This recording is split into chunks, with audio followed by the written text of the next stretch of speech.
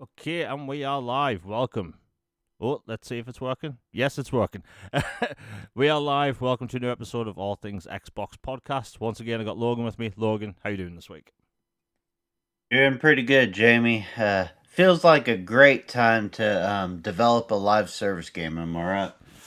Yeah, that news literally just broke about an hour ago or so. Not the best situation, but I mean, other than that, we have a bunch of good topics for today. Look, I see a lot of commotion in the gaming industry at the minute.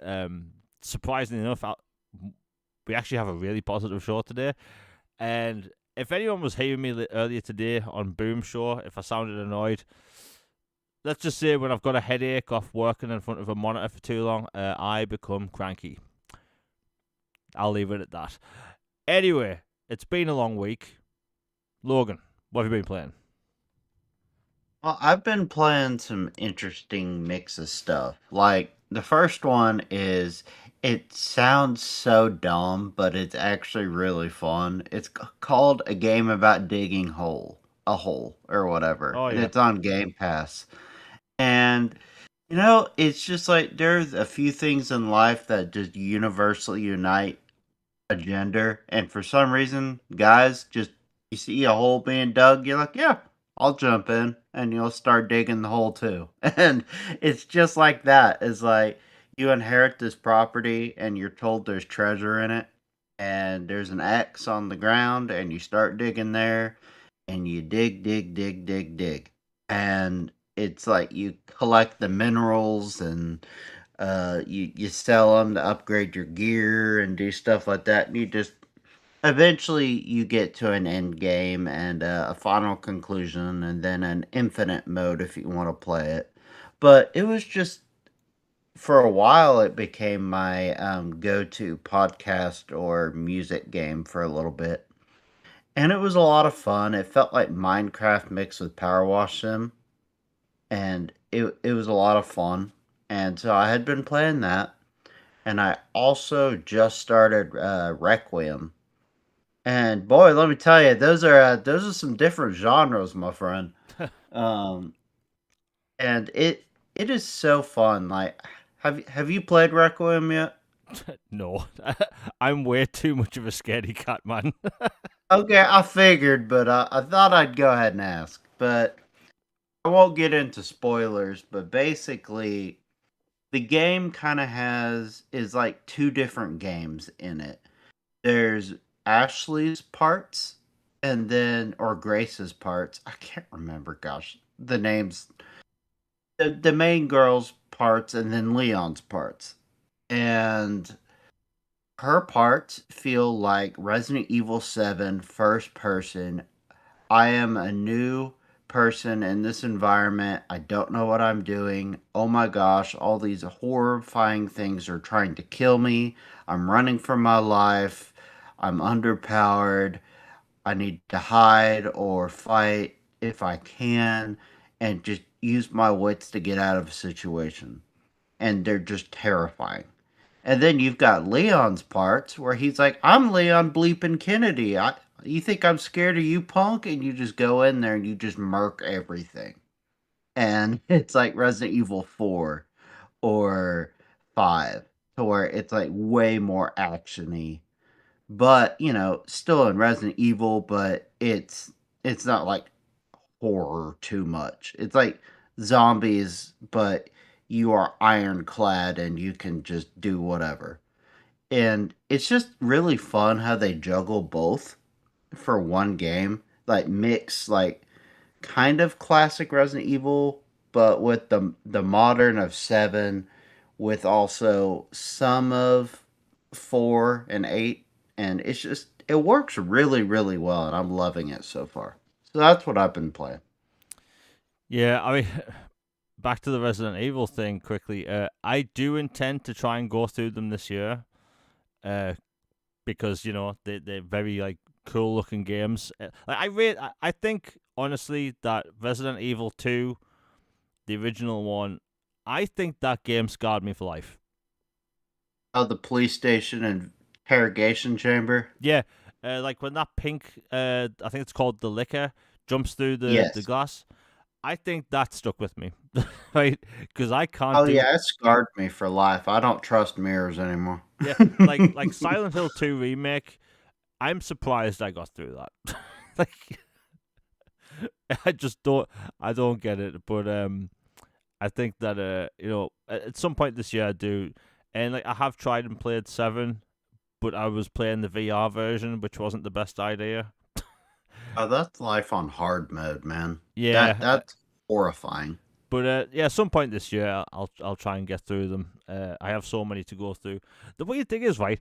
I've been through 1, 2, 0. I'm pretty sure I played 3, 4, 5, and I played the demo for 6.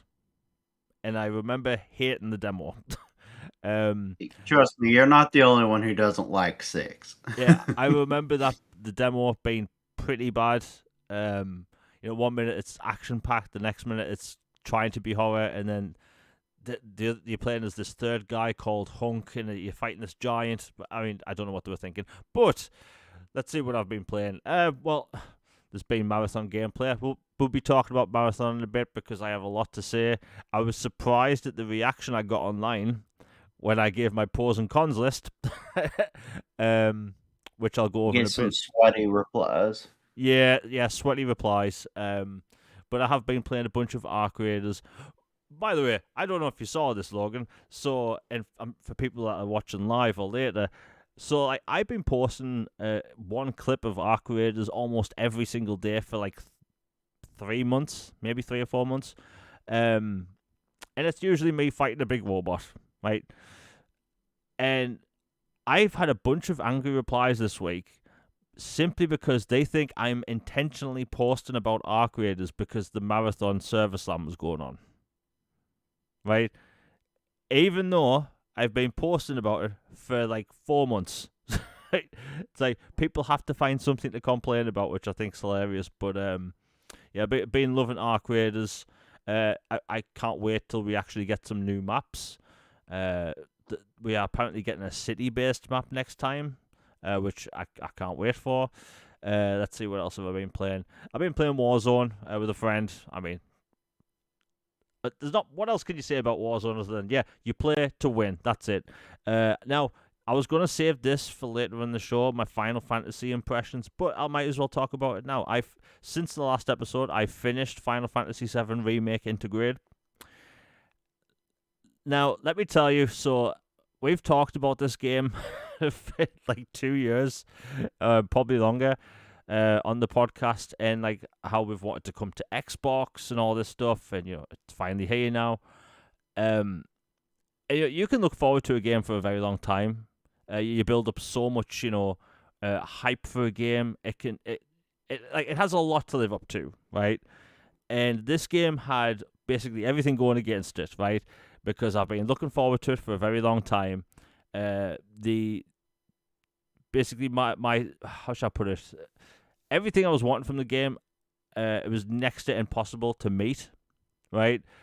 However, I'm happy to say that after, I think it took me 34 hours to finish the game. I've still got the expansion to go through. Did it live up to its expectations? No. It actually exceeded them. I was absolutely blown away.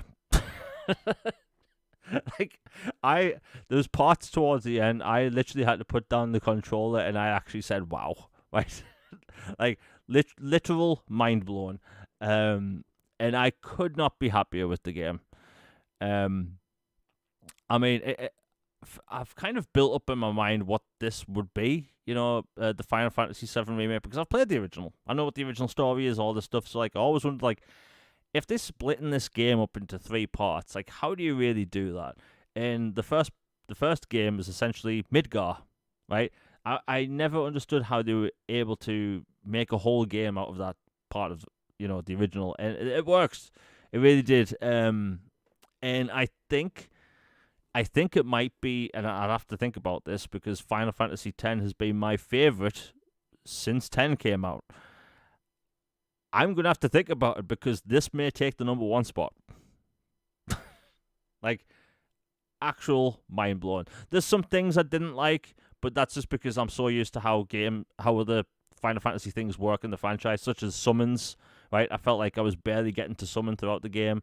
Limit breaks, I got all the time in the original, but for some reason in the remake, I barely got them. But I think that's because of the way I was using magic. So we can call that a skill issue, if you will. But man, I was just blown away, right? And this is going to be a lot of people's first Final Fantasy game, and they're going to have an amazing experience. The combat, so good, action based, smooth. The way you can pause the game to choose your actions as well. So like, if you can set up the commands, so like you can play this game from start to finish, whole action without any pauses. But if you want to pause during combat to like basically issue commands, you can do that as well. Funny thing is, this game came out 5 years ago, 6 years ago, and I had no idea in that time that in combat you can switch between characters. Zero. So like when you have Tifa and Barrett in your party, you can switch between them. For some reason, I've never seen that in clips, never knew about it, and man, I've just been blown away. The story, everything about it, the voice acting's incredible. The visuals, the developers went with Unreal Engine 4, and let me tell you, I actually hope more developers stick with Unreal Engine 4 because the games are clearly optimized. They still look good, and there's parts of this game I actually had to just stop and keep taking screenshots because the game looks... It's one of the best looking games ever made, and it's a 6-year-old game. And like I said a couple of minutes ago, it's going to be a lot of people's first Final Fantasy game, and they are in for a treat. Like I said before, it took me about 34 hours to finish the main story and all of the side quests. I did every side quest in the game, but I was extremely efficient with the way I did them. So I'm thinking, like, for most people, this will be a 40-hour game, kind of. Could be a little bit longer if you do the mini games to the fullest, but man, I've just been blown away. And you could be let down by games you look forward to for such a long time, but this game, it lived up to its expectations. It exceeded them, and it just blew me away. I was going through basically one chapter every other day, and Rebirth can't get here fast enough. I know June's only a couple of months away, but man, like the cliffhanger, the way it was done, the way it was executed, everything about the game, borderline perfection. And I'm not giving the game a score just yet, because I've learned the hard way not to give games a score straight away. Hint, hint, Alan Wake 2, shall I say. I gave that a 10 after I played it. I actually, that's the only game, by the way, I've ever took back my score. I brought it down to a 9 afterwards. But I've been blown away. Like, Logan, you haven't played 7 Remake yet, right? Not yet. It's in my ever-growing backlog, but I did get it day one, and I am going to jump in.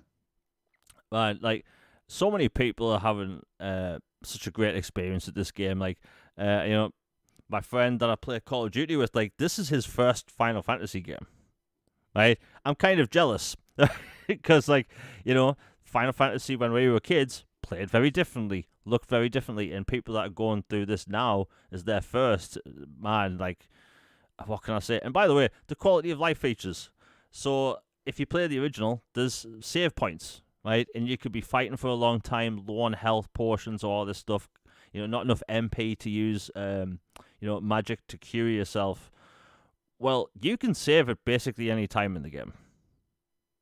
And as a JRPG fan, let me tell you, that is a godsend.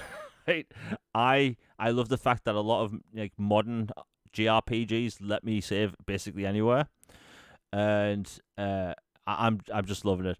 And I did check out the streamlined progression stuff. So if people want basically an easier experience, you can make the game super easy if you want. You can make the game super hard. If you don't want to worry about magic or like magic points, you can basically have it so it's maxed out all the time. Same with AP points, which is basically the points you use in combat to execute certain moves. But like, this game is gonna like suit a lot of people's different needs, right? It's got a bunch of different base difficulties. Easy, normal, hard, hard, classic, normal, classic, easy, classic. Basically, if you play the game on its easiest setting, you don't have to actually issue commands. The game will just do it for you, and you basically just have to hit the attack button. So I'm sure a lot of people like that. I've even recommended this game to people that aren't into fast-paced action games, because if they want, they can just play through the story. And I'll get to the story, right? Every time I've complimented this game online, I've had a bunch of angry replies saying they've messed up the original story, even though they haven't. They've just elongated it, right? There's backstories to a bunch of characters. Tifa takes basically a chunk of this game out, because her backstory is a huge part of the game. She's arguably one of the biggest characters in the game, whereas in the original, it was about, Aerith.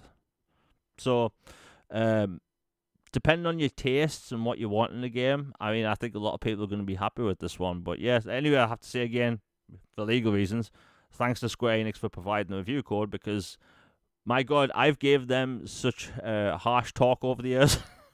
And they were kind enough to still give me a code, which was nice. But that's basically this week's session of, glazing Final Fantasy for 10 minutes. I'll quickly mention the expansion. I did start the expansion. I'm actually really enjoying it.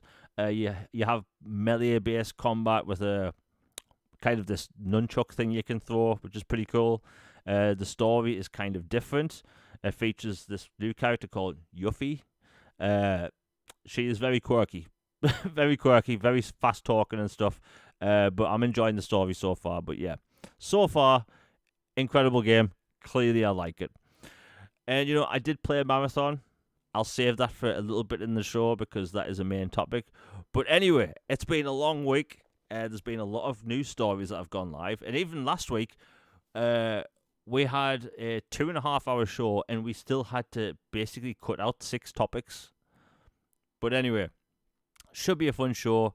Anyway, if you're enjoying this show, watching live, please hit like, share, and subscribe. The algorithm sometimes doesn't do us any favors, and sometimes it does. Last week, we had 1,000 people watching live, which has never happened before.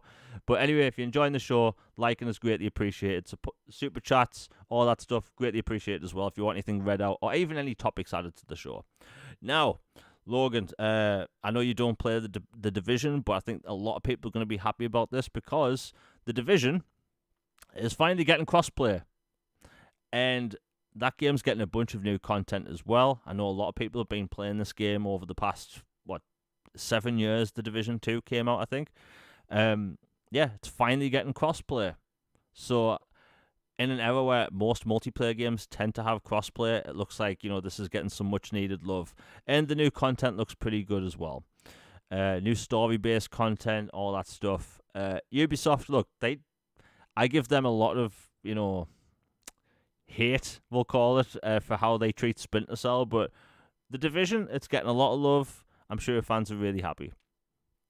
You know what, Logan? Do you want to talk about this quickly? Blizzard's getting some new adaptations.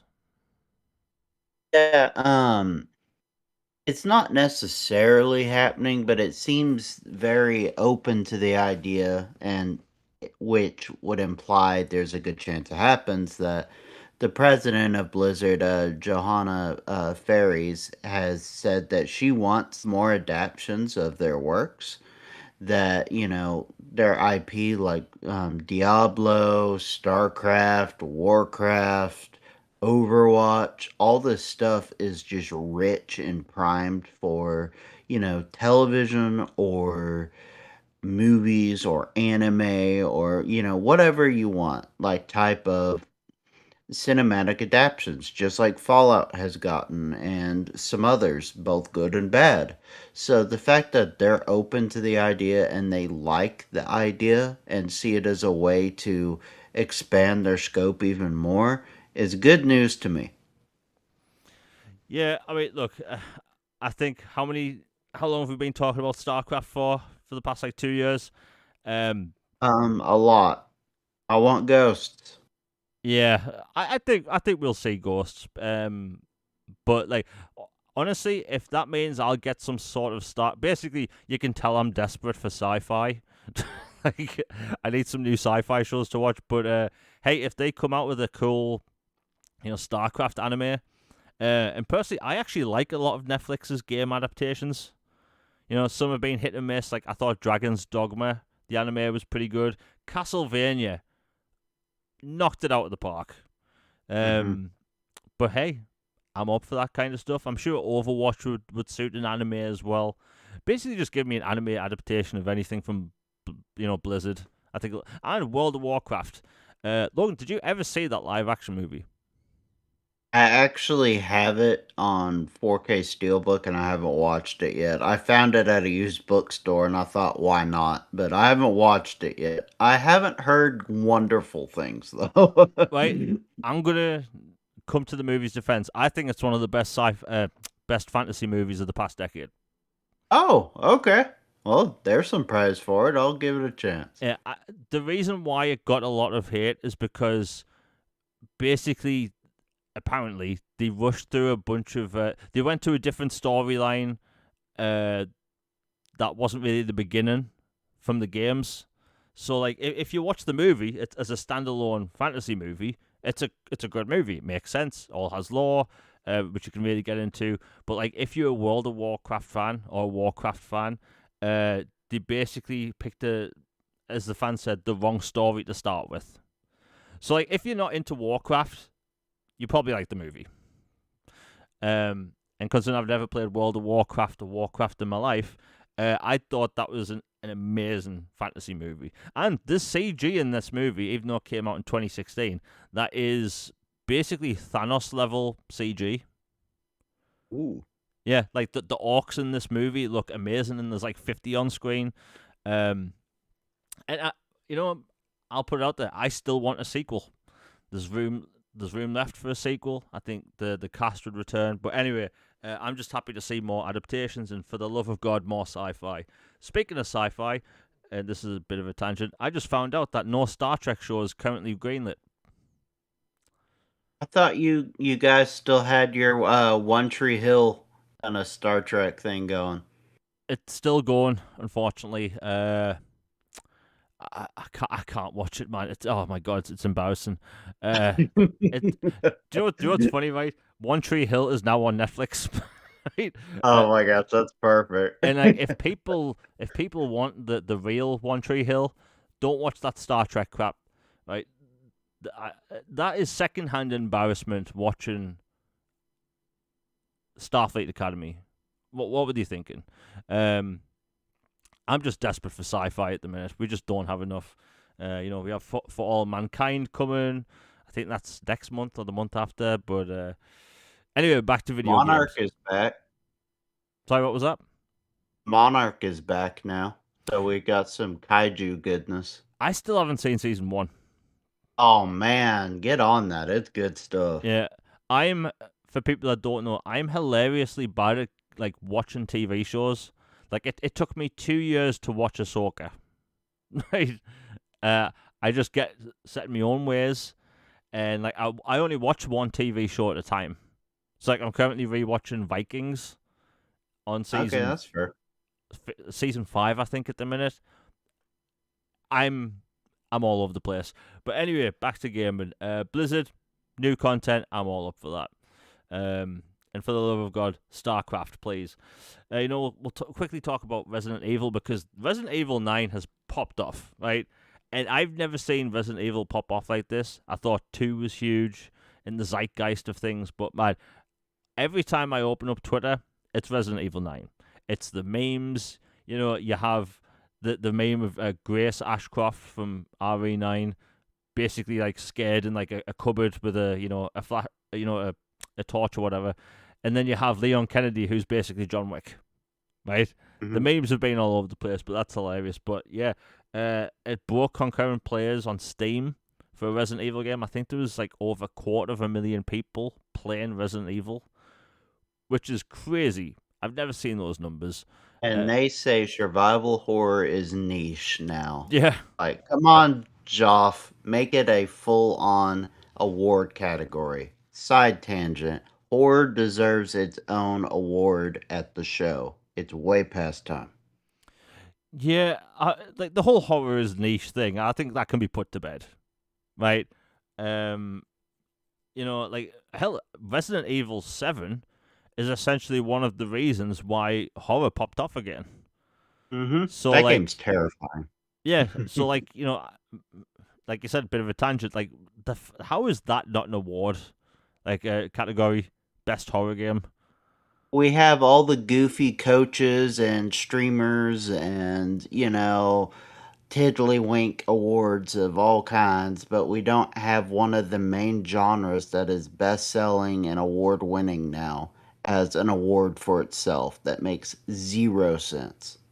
Yeah, best esports coach on a Wednesday. Like why? Like, Yeah, wrap it up. I'm like, you have time to put a horror game in there. Come on, Jeff. yeah, but this game's been popping off. Like, it's probably gonna be. It wouldn't surprise me if it ends up being their most like successful Resident Evil to date. But the fact that they can just put out these games like every other year. I know they have separate teams making them, but man, they're like Capcom's on a roll. Before we continue with the rest of the top, we have a super chat by Nick W. Thank you very much for the $4.99. Says RE9 is amazing. I beat it twice already. Wow. I'm on my third playthrough on Insanity. Let me Man, tell you you're this. cranking it big time, buddy. That's impressive. Yeah, let me tell you this. I could tell you there's a snowball's chance in hell that when I get to it, I won't be touching Insanity. Like, I don't need my horror to be even scarier. But like, look, everyone's enjoying this game. It's crazy. I know Resident Evil games are designed for multiple playthroughs. Like I think I played the original 2 like 4 times. But man, like I would love to see Capcom, and I will continue to port beg if it's considered port begging. Dino Crisis on this level. It's an easy win. Yeah, like I'm sure Nick in chat and everyone else that plays horror games, like, wouldn't you like a Dino Crisis game in between Resident Evil games? Even a straight port, like, I don't care. Just bring it. Yeah, straight port. I still want the old Resident Evil games to get a collection, because I could talk about Resident Evil 2 all day. The original, I think that game is phenomenal. Game design, everything about it. Cheesy voice acting, but I mean, that's what you got back then. But man, yeah, bloody hell. By the way, how long is Resident Evil 9? Resident Evil 9? Yeah. I'm not that far in yet, so I can't tell you. You'd have to ask Nick, who's already been through it twice, but my guess is it would probably be pretty typical, but I'm not for sure yet.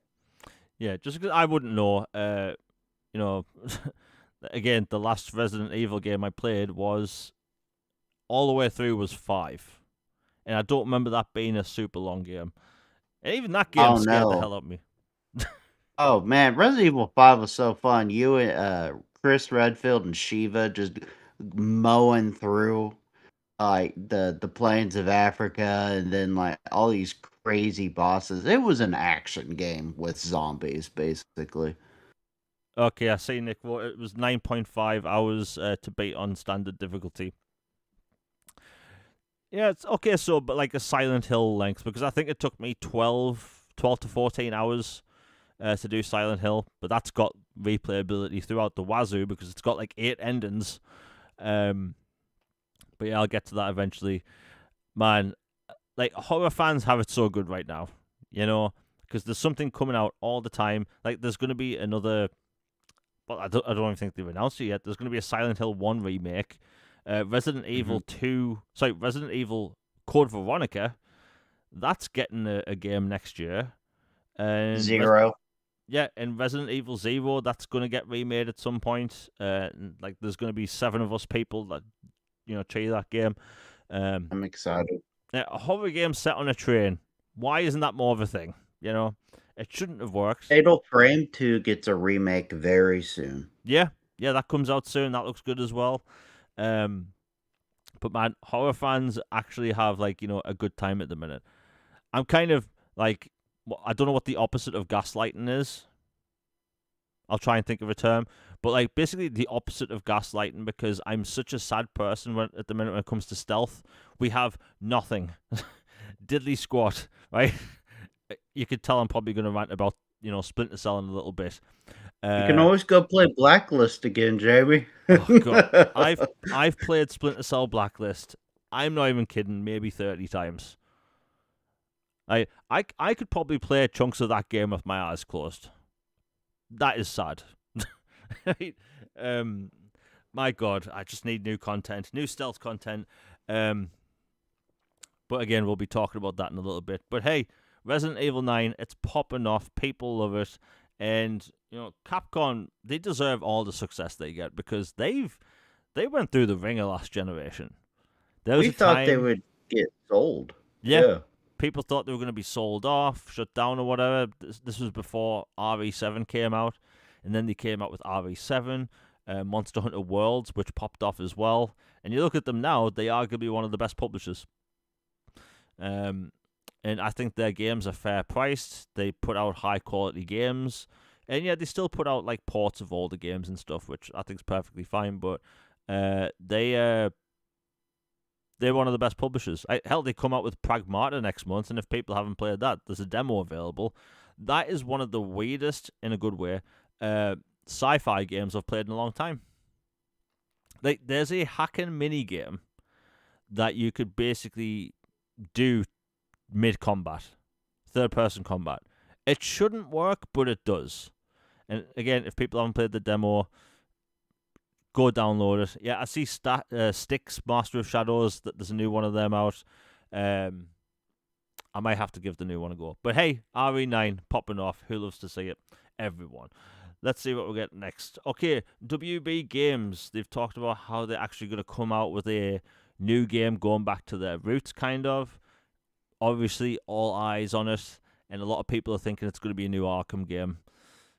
I think after the past live service style games and what happened with Gotham Knights, whether people liked it or not, like, it just didn't sell Arkham numbers. But like, I think them going back to in a Batman game, even though I still think we should get more superhero games that aren't Batman games, I think this is the right move, right? People have been soured too many times, and I think putting out one new Arkham game, it'll give people, trust back. Because, like, Logan, did you ever play Suicide Squad? Because I know you bought it when it was cheap, like I did. Like, did you play that at all? I have not. And to be honest, it's very low on my priority list. But when you see $1 for a brand new game that had just come out within the last year, that at least hypothetically sounds interesting, you buy it. Yeah. Like, I bought the deluxe edition, which was a £99 bundle for, I think it was £4. Yeah, I think it was that one I got. Yeah. And let me tell you, I put maybe 4 hours into the game, and I was like, I can't do this anymore. Right? They took away the best thing about the Arkham games and just threw it in the trash and didn't include it, and that's melee combat. Melee combat isn't a thing in those games, and it annoyed the living hell out of me. Because you have the best combat of any game, basically, and they decided not to put it in the game. It's like, oh yeah, you can only use guns. The graphics in that game, by the way, great. A lot of people gave the story, like, a lot of negativity. I actually thought the story was somewhat interesting. I think when it comes to superhero games, I just prefer melee combat. But hey, I'm just happy to see Warner Brothers games actually come out with new titles again, because it's way too long in between their games. You know what? We'll quickly talk about this. So Highguard, the massively successful multiplayer live service game, it turns out it's going to be shut down on the 12th of March. Now, one, I'm not surprised by this at all. I don't think a lot of people are. It is unfortunate to see the studio get shut down and the developers, be put out of work. I don't know what they were thinking. I really don't. Nobody in 2025 was asking, you know what we need? A brand new hero-looking shooter. I don't know what they were thinking. Because, like, as someone that's, like, I don't play live service games, not really. Like, I play I play Arc Raiders, but as people have seen my gameplay, I literally go into a map and I fight big robots. Right? I'm not paying into any microtransactions. I'm not buying any gold coins. I'm just doing gamey stuff, fighting robots. And it was, I just don't understand the market that was for. Right? If people are into Overwatch, they're gonna play Overwatch. If people are into Marvel Rivals, they'll play Marvel Rivals. But they advertise this game as a not even a hero shooter. They advertise it as a raid shooter, and I've never heard any developer describe their game that way. They took a bunch of different genres and smashed them together. They took the armor plate system from Warzone. They took the look of Paladins, smeared it all together, put in slight extraction level mechanics, and said, "Oh, here's a game. And by the way, we don't have level based progression. There's no scoreboard. And by the way, buy our microtransaction coins." Like, it screams, and I know a lot of people call games slop, but it just screams like, "Hey, this game is slop," right? Like nobody's begging for a new live service game, and maybe I've said it too many times, but like, if I see a new studio and it's made from like developers that worked on Titanfall and Apex, if they say, "Hey, by the way, here's our new single player game," they immediately have my attention. But when they announce a brand new free to play game at the end of the Game Awards is the one more thing, I think that soured people.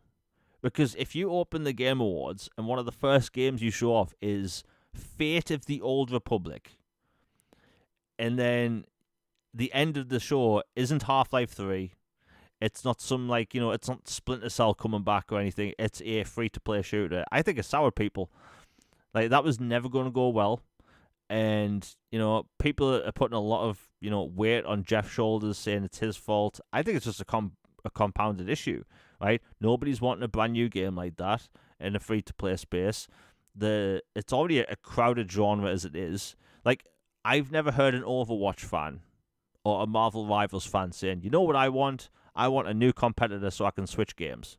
Nobody said that, Marvel Rivals popped off because it was Marvel. It was third person. There's so many different characters, different ways to play. So, like, that was always going to pop off. But, like, this new thing, I just don't know who it was for.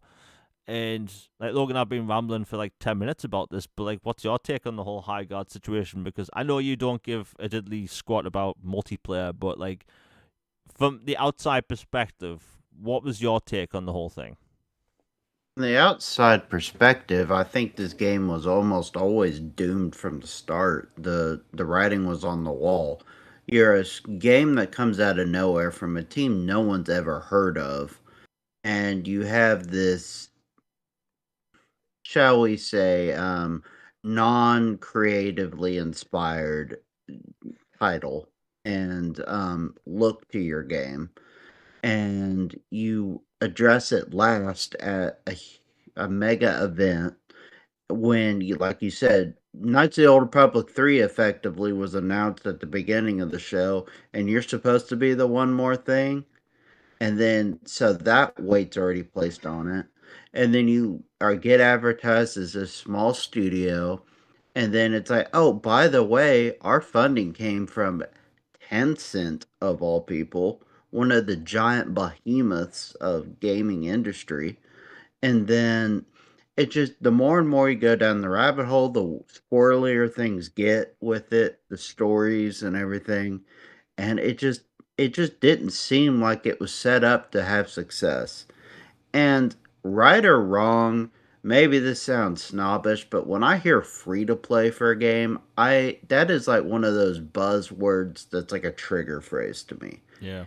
It shouldn't be that way necessarily because there are some games that are free to play that are really fun and good games. Like, truly, there are some. And I have played several that I like. But there's also become such a and I can't even think of a PG rated version of that word, but basically there has become such a way it's been dragged out and drawn out and just milked out for all it can be worth, in these free to play games to where it's just like get you in the door and then we're gonna milk you for all you got, that you just get burnt out and tired of it. And so you just assume that it's a free to play, it means it's a load of junk and it's just gonna be a casino game or a I'm gonna pay $5 so this girl character has a certain outfit, or this guy's got a huge shotgun, or I have a sparkly unicorn mount instead of a traditional bicycle mount or something like that. It just you start thinking the games are going to be that way when you hear free to play. And so that alone was another problem. And, I feel bad for the devs. I don't want anybody to make a game and then it get universally slammed and the game closes, the studio shuts down, and they're out of work. But at some point, you got to be smarter about things and read the room and quit trying to make things a thing when they are not a thing and people don't want more of that. It's like, come on, like, you got to be smarter about things. Yeah. You know, if I can find this exact page, I'll post it on social media. So there was at the last GDC conference, there was this slide going around of what developers think is wrong with the game industry at the minute, right? And like things Gosh. wrong in gaming. And do you know none of them listed off things like free to play, people getting tired of the same thing over and over again, slop, that type of thing.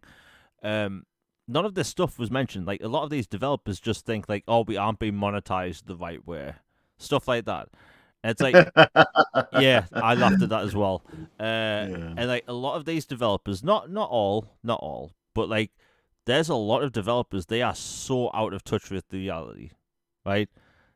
Like so out of touch. They think we should be paying more. They think, oh, hey, they'll eat up this free to play garbage. Like, look, anyone listening right now, live, right? If you play Overwatch or Marvel Rivals or just any free to play game, right? Do you really sit there and go, you know what I want? I want a direct competitor to this that offers me less content. I don't think anyone thinks that. Like, I play Warzone with a friend. I play socially. I don't sit there and go, I need a Warzone competitor. I don't want that. Right? No. I just think that, the developers, they didn't think it through. Like, and you also have to think like this. Like, if you go back and watch the Game Awards, when you hear Jeff Keighley on stage say, former Titanfall developers, He knows what he's yeah, doing. people got excited. I got excited, right? Because, again, I don't talk about multiplayer much, but Titanfall was arguably one of the last multiplayer experiences I regularly played and enjoyed. Right? I loved Titanfall 1. Incredible game. But, like, you hear that and you think, wow, you're going to get some amazing movement, interesting universe, interesting premise, and we didn't get that. We didn't get that at all. Looking back, I like Titanfall 1 wasn't free to play. It was I think it was £40 in the UK, and it came with a bunch of maps. You fought people in mechs. It was a fun game, very straightforward. No microtransactions in Titanfall, by the way. Just map packs you had to pay for. But like that game was so well received. It had 11 million units sold on Xbox One, 360, and PC. Like, that thing popped off. And you hear that as a fan and think, we're going to get something special, and they couldn't deliver on any level. And I don't think a lot of these studios are doing focus testing anymore, because like nobody's asking for these games, right? I won't name these games, but I see on as someone that covers upcoming games, you'd be shocked at how many games I see and think, wow, nobody's going to play this. No one. It happens all the time. I don't post about these games because I don't like to, crap on games, but like it happens all the time.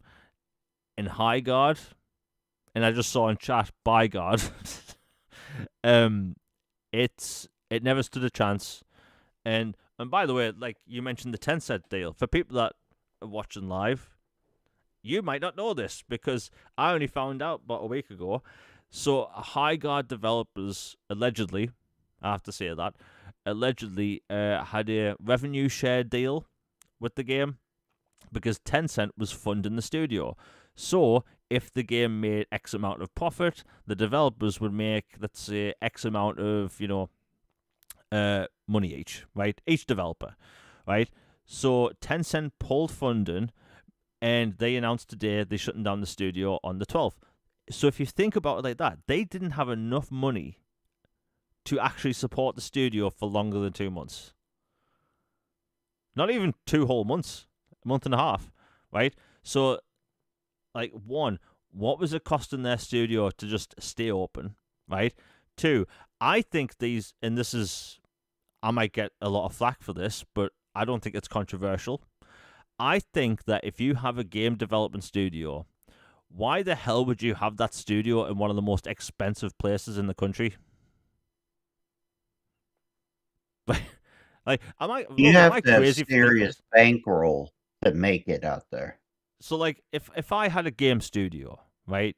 If I open one up today or tomorrow, right? Would I open one up in London where it's super expensive, or would I open one up, further north? Further north every day, right? I don't understand why all these game development studios, that cost an arm and a leg to even stay open, they'll open a studio up in LA, and I'm just thinking, like, why? Maybe it's not me not reading the room when it comes to developers. I don't know, but I feel like if you start in a brand new studio, you have a bunch of developers from, let's say, Ubisoft or WB Montreal or something, and you have a brand new studio where you're making a game that could be extremely risky, and you have your studio somewhere that's extremely high rent, like a high rent place. I don't get it. It boggles my mind. And by the way, and I'm calling these people out, every time I mention that game prices shouldn't go up, I have at least one person saying, but what about these developers that live in New York or Santa Monica? Not my problem. Don't have a studio in one of the most expensive places in the country. Yeah, or San Francisco, right? San Francisco, I'm guessing San Francisco, it looks beautiful whenever I've seen it in movies. I'm guessing that's not the cheapest place to live. It is one of the most abhorrently expensive places in the United States. It is outrageously priced. Like, I know where I live isn't considered glamour central, but just for comparison, the cost of living in OKC for like your money, the Yeah. value in here goes way further than a place like that. Like a normal traditional home here would be millions or like would be just outrageously expensive there. And there's reasons for that, but it's just the cost of living and thus the cost of business in Silicon Valley, San Francisco, and Los Angeles and New York City are so abhorrently expensive that unless you have a blank check bankroll or, clear investment strategy from some pretty hefty donors or supporters, you're setting yourself up to fail to try to start a studio there. Yeah, it boggles my mind. It happens in this country as well. Like a studio will open up in like the heart of London, and I'm like, are you out of your mind? Most expensive place in the entire country. Yeah, let's open a new studio there where we have to have 80 people here. I don't get it. I know there's tons of reasons for it because that's where a lot of talent lives, voice acting and stuff. That's where the tech industry is. But my God, like it just seems like the most overlooked yet dumbest thing that the game industry does. And you see things like this with this Highguard studio. But yeah, I think a lot of people saw this coming. But again, hopefully all the developers land on their feet in what assumes to be, San Francisco or something. It's like a weird cycle. We see this all the time. A free-to-play game gets announced. This might be one of the shortest live service games I've ever seen. Literally a month and a half. But hey, it is what it is. again, hopefully they all land on their feet, because I don't like. Look, I complain about the state of the game industry being a joke, and like I clearly whined a couple of minutes about these studios being in extremely expensive places, but like the industry's a bit of a mess. Seeing all this talent put out these games that we all know is going to fail straight away. It just seems like wasted effort, wasted talent. And, like, there's a lot of games you can look at, like Marvel Rivals. Right, I knew that game was going to pop off, right? Because it's third-person centric. You have a lot of superheroes, all that stuff. But you could look at Highguard and think that was never going to do well. And, like, who was going onto their storefront and buying, let's say, $100 worth of gold coins for some skins? Like, I can't imagine that was many people. And this is another thing. I think free-to-play games are extremely overrated. I think the way the monetization works for free-to-play is kind of stupid. Like, for instance, I play Warzone maybe twice a week, and I don't put any money into Warzone. None at all. And I'm okay with that, Microsoft gets my money off, other games, Game Pass and all that stuff. But, like, for a free-to-play game, they make zero money for me. And, like, I don't see... I know I might be in the minority of this, but I don't see any, like, worth or enjoyment investing into free-to-play games. So, like, if you offer me a cool experience for a set price, I'm more than likely to support your game. Right? Agreed. Like, we've talked about this before, MMOs, right? There's a bunch of MMOs that come out, they're free to play. There's a bunch that come out that actually just cost one upfront, cost, right? New World Eternum, right? That game came out at like £40, I think, and I thought that is a really good price for an MMO. They're only going to charge you for things like expansions in the future. Cool. But, like, free to play instantly puts me off a game. It's extremely rare that I will play a free to play game and think, oh, this is fun. But yeah, that's Highguard. Oh, I'll mention this as well. Logan, you probably didn't see this. So everyone in the studio of Highguard, they were told by people they worked with and lived with that, hey, your game's too good to fail. This isn't going to flop. It's a great experience.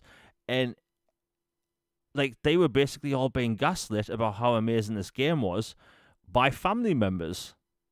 Right? So, like, did they really not think about it? Did they not think, like, oh, maybe my cousin Dave isn't telling me the game is a steaming pile of, turds because they don't want to hurt my feelings? Right? Let's tell them the game's good. It's like positive reinforcement where it's just not needed. And, yeah, they all paying for it now. But again, free. The second I see the letters and numbers free to play on a game, it instantly puts me off. Instantly. But yeah, we'll move on. But that's Highguard.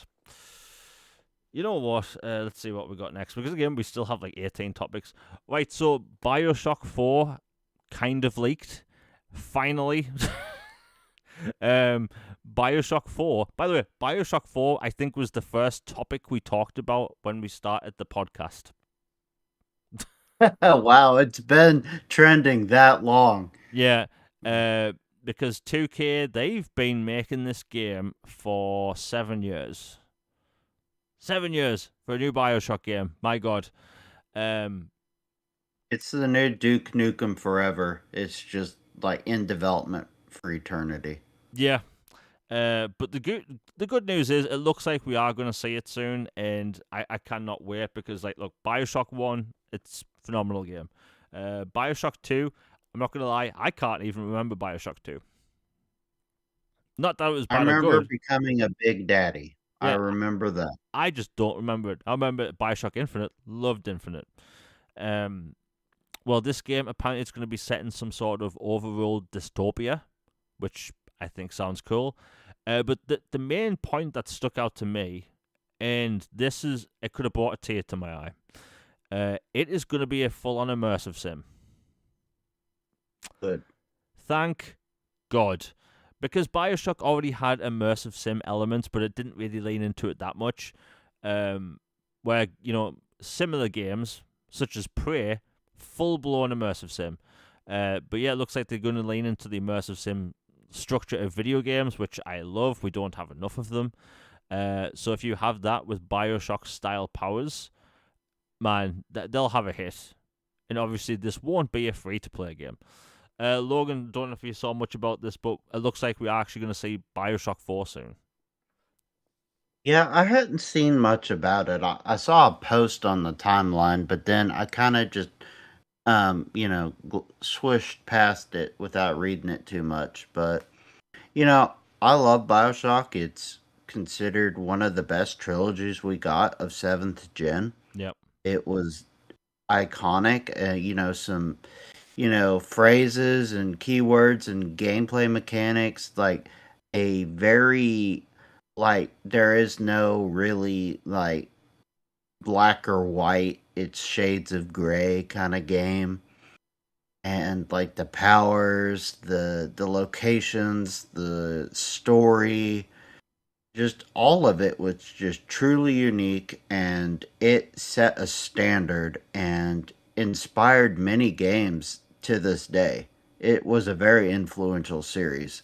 So I'm looking forward to 4, and yeah, I just want to see it actually happen, because we've had this song and dance for a long time now where it sounds like, oh, they're going to release something or announce something, and then, there's a weird hiccup, and then Jason Schreier comes out with a report that, Yeah. oh, we've purged the staff again. We're starting over. And I'm like, oh, okay, they're just blue balling us again about this game. But uh, I'll believe it when I see it, but I do want to see that. And that Judas game, for the matter. Like, from basically Bioshock, from Bioshock creator, but not Bioshock. So I'm looking forward to that. Yeah. My suspicion is we're going to see a bunch of this stuff during the whole summer showcase season. Um, Judas had a Game Informer cover reveal. I think it was like back in December. So like we are definitely going to see Judas soon. Typically, what happens with Game Informer, magazine stuff. But Bioshock 4 finally, just it feels like another thing we complain about is that games take way too long to develop. Like 7 years for a Bioshock game, really? Like, maybe it's maybe I'm being a pessimist, but like I think that if you wait 7 years for a game, you have certain expectations, right? You want to hear a hot take? Yeah. It might not be a hot take, but I don't know. It's something I've been sitting and thinking on for a while, but I think maybe the biggest or one of the single largest issues in the gaming industry right now that is leading to people falling out of love with gaming or just not picking up and staying with it is the fact that game development is taking way too long for the continuation of stories. Oh yeah. You introduce a game. Once upon a time, I know it makes us sound old, but just bear with us while we sit in our porch and yell at clouds.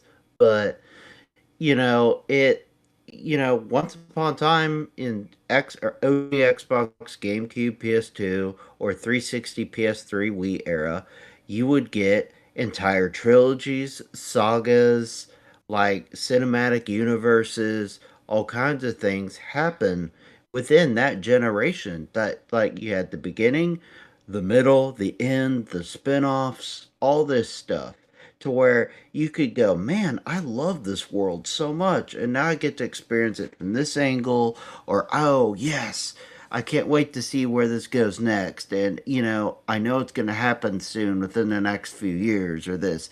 Now you've got where you're skipping a generation or even two for a sequel to a game, which would have been unheard of back then. Oh It yeah. is just, I think that more than anything else is what is killing it, because it's like, why would I, as an outside person or someone who has maybe interest in this hobby, jump in and play a game and try to get invested in it and love this story and want to experience it.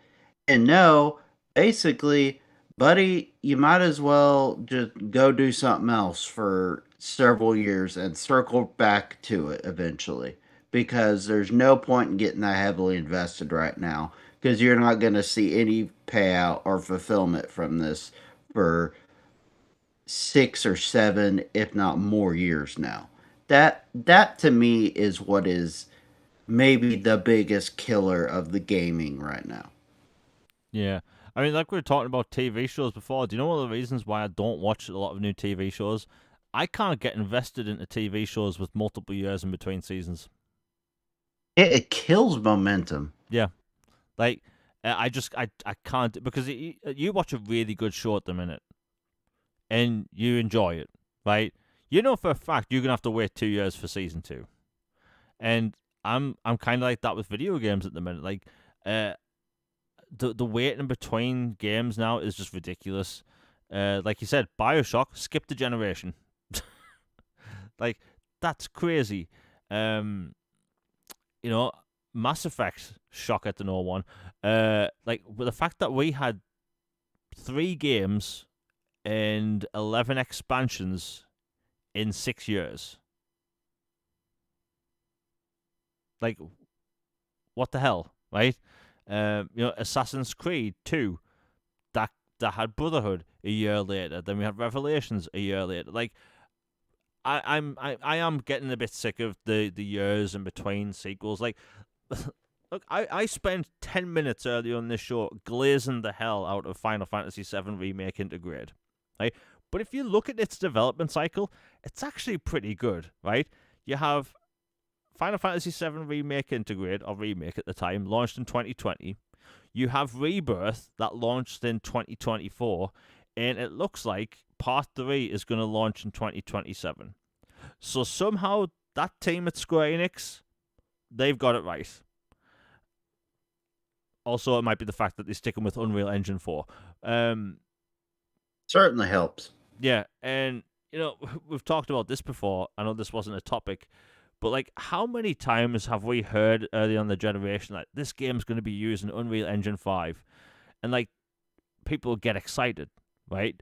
And now you hear Unreal Engine 5 and you kind of roll your eyes.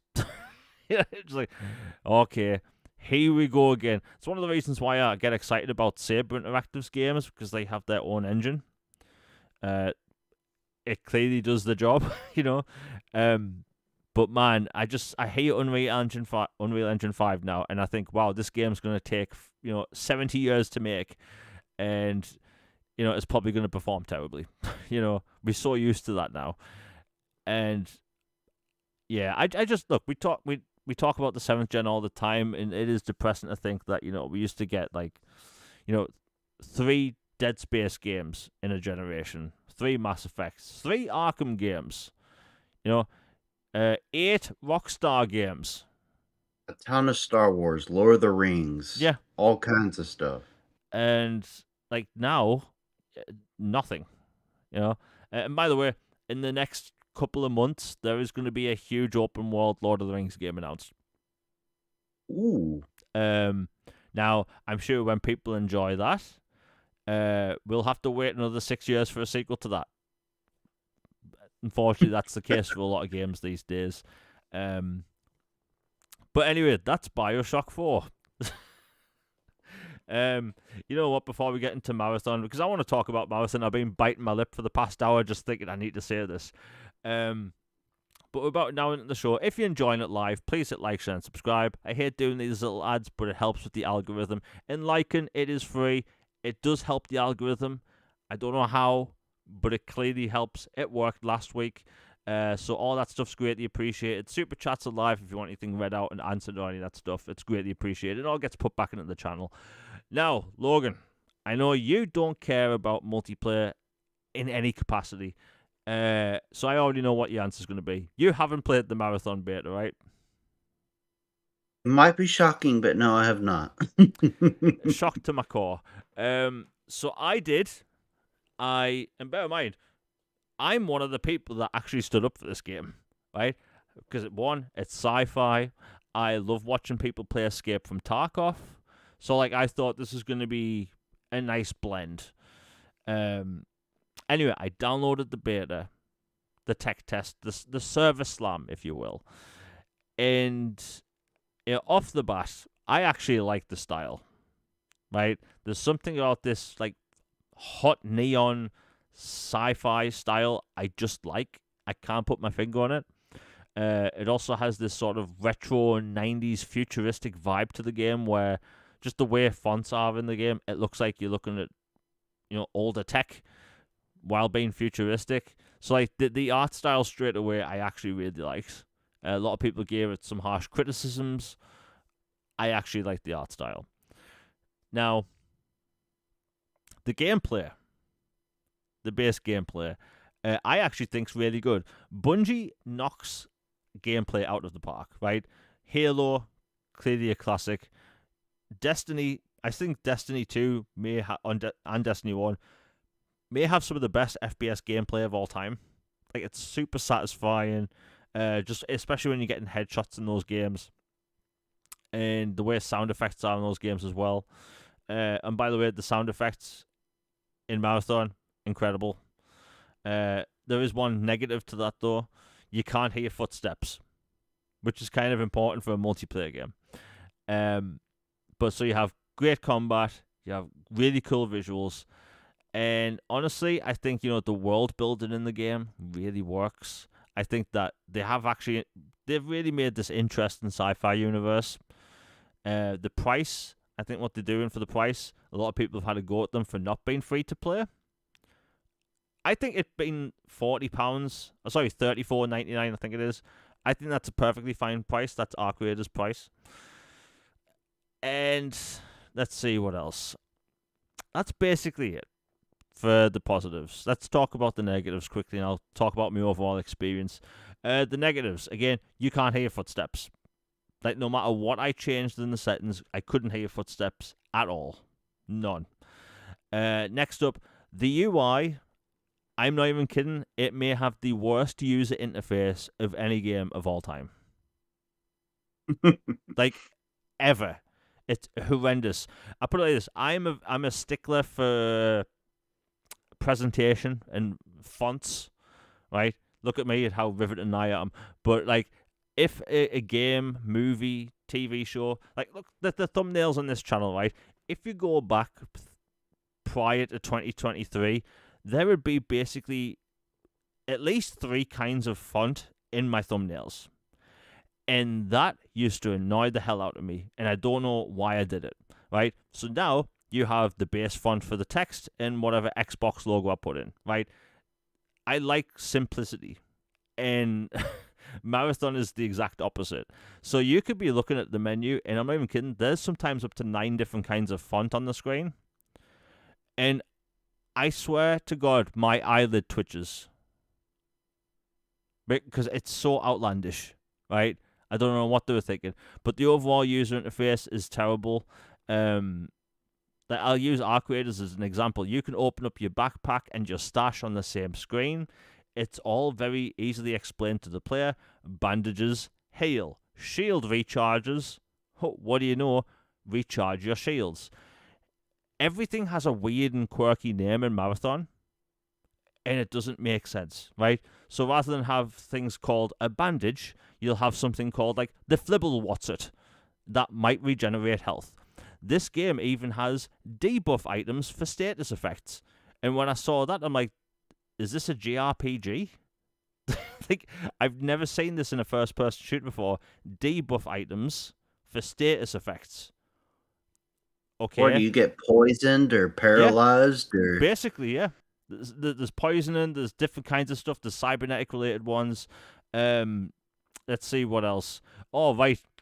So, in Arc Raiders, and Arc Raiders is the game I have to compare it against, but if you use a free kit, meaning you don't want to use your own gear, you spawn into a game with a random weapon, a little bit of ammo, some bandages, a shield recharger, a shield, and that's that. That's how it works in Arc Raiders. In Marathon, it basically works kind of the same, but you have next to no ammo, and you don't have a shield. right? So free kits don't have shields. The problem is that when you play in a game with projectiles and explosives, basically if you get hit once or twice by an NPC, you're dead. So you have to try and find a shield off the bat. The map design is atrocious. Like really atrocious. So when you play old PlayStation 1 and N64 games where you can't really see that far in front of the character because of the draw distance, it's almost like that in this game. The draw distance isn't incredible. I was thinking, is this the console version? And I looked at both consoles footage. I looked at PC footage, even like super high spec PC footage, right? The draw distance, something looks off. Maybe it's the weather effects in game because there is, raining and whatnot. And it kind of just like blew my mind. Like the presentation itself is bad. And it blows my mind because if you go back and play the Halo games that they made, if you go back and play Destiny 1 and 2, the presentation is triple S tier. Triple S tier. But for Marathon, that's not the case. And I'll go back to the UI thing again. The inventory management is it's awful. So Arc Raiders, underneath each weapon you have basically 2 to 4 slots for attachments. They're these little empty squares, and they're crystal clear to the player and what they should do with them. They clearly for attachments, be it stocks, stuff like that. Stocks, extended mags. In Marathon, they don't work like that. It's not crystal clear to the player, and with everything having a very convoluted name, it makes the whole experience convoluted. Whereas Arc Raiders, and I have to mention Arc Raiders because that's the closest comparison that I can make, everything's super easily, everything's super easy to understand, easily conveyed to the player. It's like, hey, you have this to do on this map, you have to go do this. Go to, like, let's say, the business building with the, what do you call it? Solar panels on top. You go to the solar panel building, you click A when you find a certain location with a yellow dot on it, and that's what you've done in the mission. The missions in this kind of outlandish because of the way the art style is. So, whereas in Arc Raiders, you'll have like a neon yellow marker on your map that you make. In this, considering everything out in the wild is a bright neon color, so I have gameplay in the background right now for people watching at home. Like, everything's a bright neon color. So if you set a personal marker, or if you have an objective, you can't really distinguish it that well from the rest of the map. And it's like, it's such an oversight. And I haven't seen any of the big streamers talk about this because there's this weird thing at the minute where people are super glazing the game.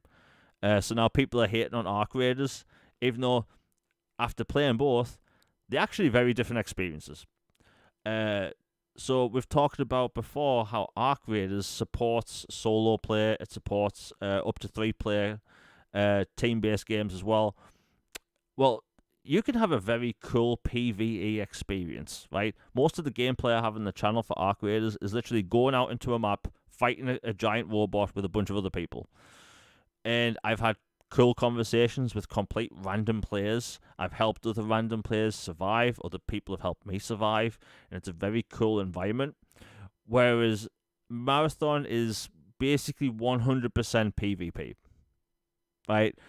So, like, for people that have been wanting a more PvP-centric extraction game, I think Marathon will be it, right? I think, you're going to have Arc Raiders doing its thing. Like, Arc Raiders has over 14 million units sold. It's going to be fine. But, like, I think people that want a hardcore PvP experience, they're going to pick up Marathon, and they'll probably have a blast. But if you're like me and you like the more PvE-centric experience where I can chill, I can go into a game and just do what I want, maybe talk to some random players about finding loot, that's that game's experience. But Marathon is definitely PvP-centric. It's not for the faint of heart. And if you want a single-player-centric experience, I don't think you're going to get that with Marathon. So basically, they're both extraction games, different kinds of experience. But like I was saying earlier on, I think the most interesting thing about Marathon is its universe, the way its art style is. Like, basically, the human consciousness is being uploaded into, these mainframes, these shells, right? Kind of like Ghost in the Shell. And basically that's how people go out and, that's the law reason for how you get to spawn back at your home base and go back out and extract again. So like the universe they've created is interesting, but it's wrapped up in this PvP game. And when I mentioned this on Twitter, oh lordy, the PvP sweats weren't happy, right? Bear in mind everything I just said. I put out a similar list for Arc Raiders months ago, listing everything I liked, everything I disliked, and the things I didn't like about Arc Raiders. They fixed before the game came out. So I think Marathon. A lot of people think they're going to fight this uphill battle because they can't compete against Arc Raiders.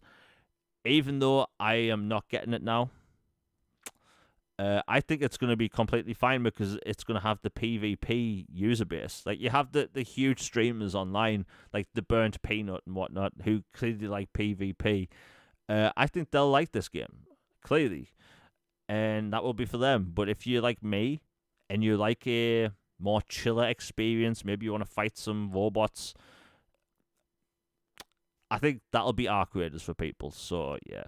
Logan, I know with me mentioning that this is more of a PvP style experience, like, Marathon doesn't interest you in the slightest. No, not really. Like, the PvP games I like are like the old school Halo multiplayer, or stuff like Time Splitters, like in Quake, and like more arena style, or you can do team based and stuff like that, or like fun games like Mario Party or kart racing games, Smash Brothers. Like, that's the kind of multiplayer I'm into. So this, nah, it's not my cup of tea. Yeah. There are a bunch of other extraction games coming out over the next couple of years. PUBG developers are making a new one. That's basically going to work like Tarkov. You have Escape from Tarkov, which is coming to console. I think that one will actually have I think that one will have a huge PvP community. And depending on what platform you play on, like if you play Tarkov on PC, you can technically play solo without any other players interrupting. And I think if Tarkov does that on console, they are going to be a huge hit. Because there's a lot of people that have asked me, can they play this game, like Arc Raiders, without having other people in the game? So I think over the next year or so, you're going to see some extraction games come out where they offer a 100% single-player experience. It will happen. Logan, would these games interest you at all if you could play 100% solo? Like, no other players in the world? They might, yeah. Like, I like the idea of being able to play a solo game like this with bots, Yeah. or even just solo, and just explore this world and goof around. Yeah, that would certainly interest me more. What I hate is the idea of these, mad scrambles to get resources, and then you're either super lucky or you're super not, and then you're like, oh, I'm just off doing this, and then some clown snipes you from across the map just cause you happen to find one of the 5 shovels or whatever you need. Yeah. Like, that stuff just irritates me, and I'm like, you know what? There's only so much time in a day. I don't have time for this. Yeah, I'll quickly mention this experience before we change topics, because we still have like a bunch of big topics to go over. So the other day before I put a film on, because I watch a film every night, I thought, right, I'll do one quick extract in Arc Raiders. So I fired it up. I saw that there was a Queen event going on, and there was one particular resource I've been needing to find. And I found this particular robot enemy, which I need to take it out. The problem is it's basically this massive sphere that's the size of a wrecking ball, and it just rolls all over the place. And basically, you have to destroy it before it blows itself up to get the resource inside. and I could not hit this thing for the life of me. Maybe I was too tired or something, but anyway, this random player comes along, helps me out. I say thank you. He wanders off towards the Queen. I get the resource, and I thought, you know what? I'm going to extract with a public elevator. Basically, the way you extract in Arc Raiders, you can either take out a key to use a hatch, which means it takes like 3 seconds to extract, and no one else can really, rat you there. That's what we call it. Or you can go to an elevator where it beeps super loud, letting basically everyone know within like a mile radius that, hey, someone's trying to extract in this elevator. And other people can come along and use the elevator when it comes up, or they can kill you and take your stuff. So maybe being too trustworthy, I decided to take the lift. I hit the button. The extract elevator is doing its thing, beeping super loud, and I'm listening for footsteps. I've got the settings all maxed out, so I can hear people just tiptoeing around me. And I've got basically 80 grand's worth of gear on me, decent gear. And the elevator comes up, the doors open, and I'm running towards the extract. And someone was camping on the building above me, waiting to take people out. So he killed me, and let's just say, thank God, Xbox DVR doesn't record chat because I said I was very vocal. You were displeased and slightly miffed. Yeah, I was displeased, slightly miffed, and I used some language that let's just say I swore more than I should have. So I'm surprised I'm not banned from Xbox Live because, like, I'm from the northeast of England. We swear, and my God, but yeah, I got ratted. But I'm at a point now in the game where I don't get super upset about it because you can just get that stuff back. But yeah, that can be really off-putting for a lot of people. Like, losing your gear is and it's the only annoying thing really about these extraction games. So depending on what people are like, maybe you're into PvP or not. But like, if you're like me and you want a PvE-centric experience, you have Arc Raiders. So that's Marathon.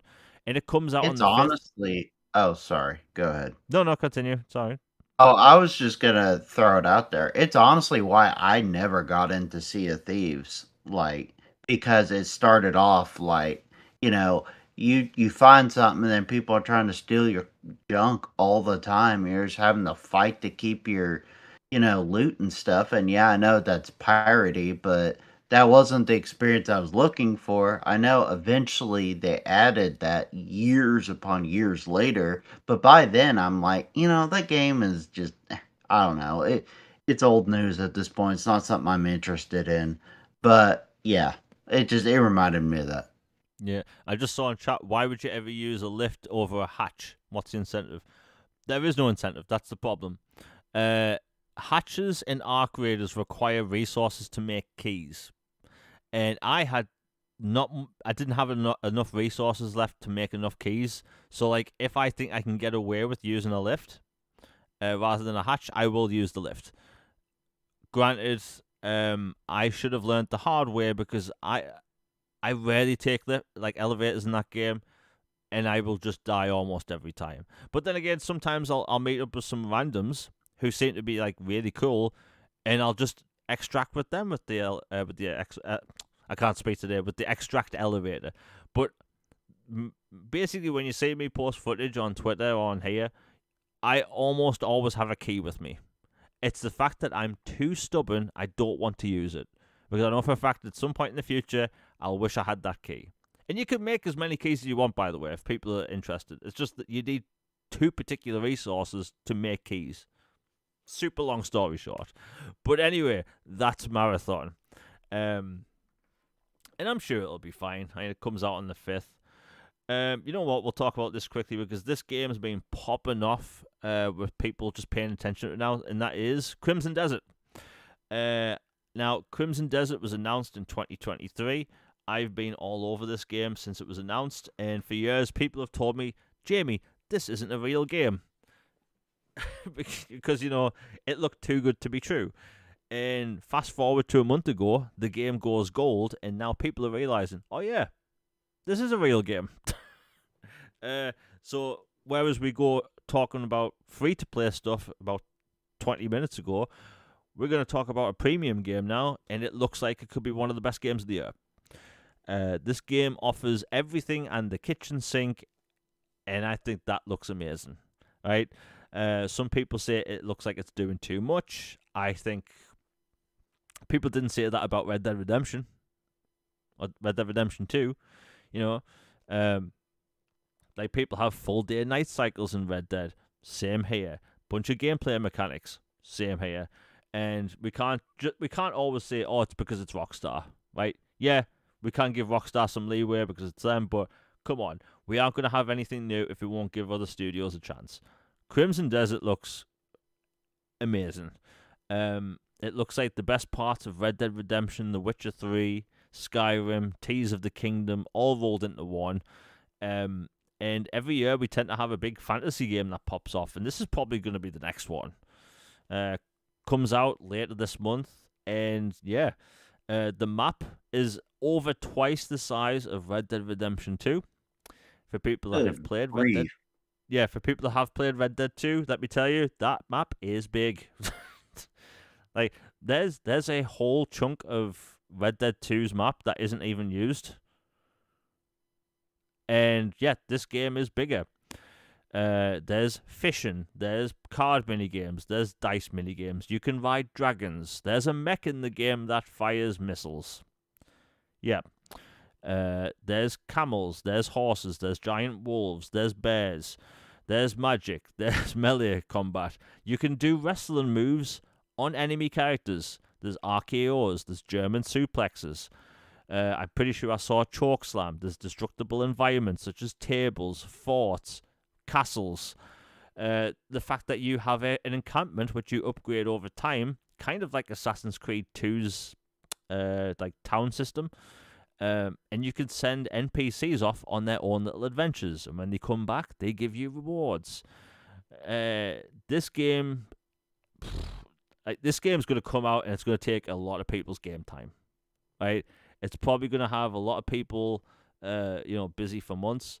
Now, does it look perfect? No. Yeah, it does have like a teensy tiny level of jank to it, but that doesn't really bother me.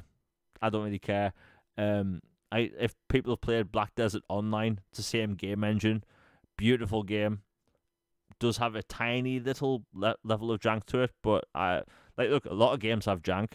I've talked about, what do you call it, RoboCop Rogue City a million times. That game's janky as hell, and I think that game is phenomenal. But man, like, Crimson Desert looks so good. Like, Logan, what do you think? Because I know you like single player games, and it looks like this is probably going to be the next big one.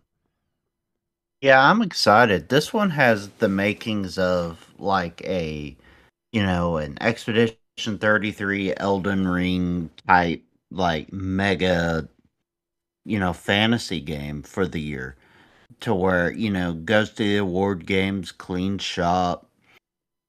Obviously Resident Evil Requiem's going to have something to say about that, but like, it's that quality, it looks like, and has all these different homages to iconic games and films and stuff. Like, did you see the Indiana Jones tribute it had in it the other day? Oh no. Okay, you remember in Raiders of the Lost Ark when he's this guy, with a sword shows up. Oh yeah, yeah. Indiana's like, dude, I am just not dealing with this, and he just shoots him and walks away. Yeah, like, they had that scene in the game, and it was hilarious. Like, the guy was just walking through town, and then some guy shows up and he's swinging a sword around trying to look like, some cool, whatever. And then the character just whips out a weapon real quick and pops him and then walks away. Yeah, I mean, look, the game looks phenomenal. I think that the fact that, there's going to be so many Easter eggs like that in the game is going to have a lot of people's attention. And look, the number one concern I've seen from a lot of people is actually its story. Because, like, for a world like that, you're obviously going to have some sort of story that ties it all together. But And I have seen this. I don't necessarily know how true it is. That apparently like, a lot of Korean games they take a back seat on the story and focus on the gameplay. I don't know if that's true or not. um, but Yeah, I'm not sure. yeah, like I've only heard that this week, so like I don't know if it's true or not. Um, but like the game just looks super fun, and it has a wanted system, right? We do not have enough open world games with wanted systems. I don't know why, because it's such a cool mechanic. Um, but like, look, there's a chance this game comes out and performs terrible. We have seen a lot of PC footage. The Xbox version on the store is listed at 60 frames per second, so we really gonna have to wait and see. The review embargo is for I believe the day before the game comes out. Some people have shown some concerns over this. I've learned that it shouldn't be a concern all the time. Like remember Doom 2016? The review embargo was the release hour, right? So like I wouldn't worry too much. But it's clearly going to have a lot of eyes on it at launch because look, it's been a long time since we've had a big game like this. By the way, I clearly angered a lot of people the other day over my opinion of this game because I said we haven't had a game like this since Red Dead 2, which technically we haven't. And people were like, you can't compare this to Red Dead 2. It's like, yes, I can. I just did. Because it ain't a cowboy game? Is that why? Or? No, because there's a lot of gameplay mechanics, like a Red Dead. Okay. Like how everyone in Red Dead seems alive. There's all like the immersive open world experience in Red Dead. There's not many games like it, and I think this is going to be up there. Will it be as polished? Like, look, Red Dead 2 came out in 2018. It's still arguably the most immersive game ever made. It's definitely the most interactive game ever made still, and probably still one of the best looking games ever made. So like the fact that this game's coming out this year and it might still not beat Red Dead, I don't think that's a big issue. I think nothing is going to beat Red Dead 2 immersion wise until GTA 5 maybe. But like this game looks great. I just like games with lots of interesting gameplay mechanics. Like, show me some mini games, have a cool fishing game, all that stuff. Like, they'll get people on board. Like, hell, there's people that still play Skyrim on a daily basis because that game has a ton of cool gameplay mechanics. So, yeah, we'll wait and see what happens, but that game comes out at the end of this month. It's almost time. Like, I have glazed the game a lot since it was first announced in 2019. But it just looks good. What can I say? Let's see what we got next. Oh yeah, Stellar Blade. Now it looks like Stellar Blade will finally come to Xbox. Funny thing is, it was actually originally announced for Xbox back in 2021 when it was When called it was Project Eve. Yeah, Project Eve. And look, that whole thing, the way it went down, soured people. Not really going to talk about that a lot because we've talked about that a million times, but the developer Shift Up has talked about how they want to bring the game to more platforms. They kind of just said more consoles. Hint, hint, Xbox and Switch.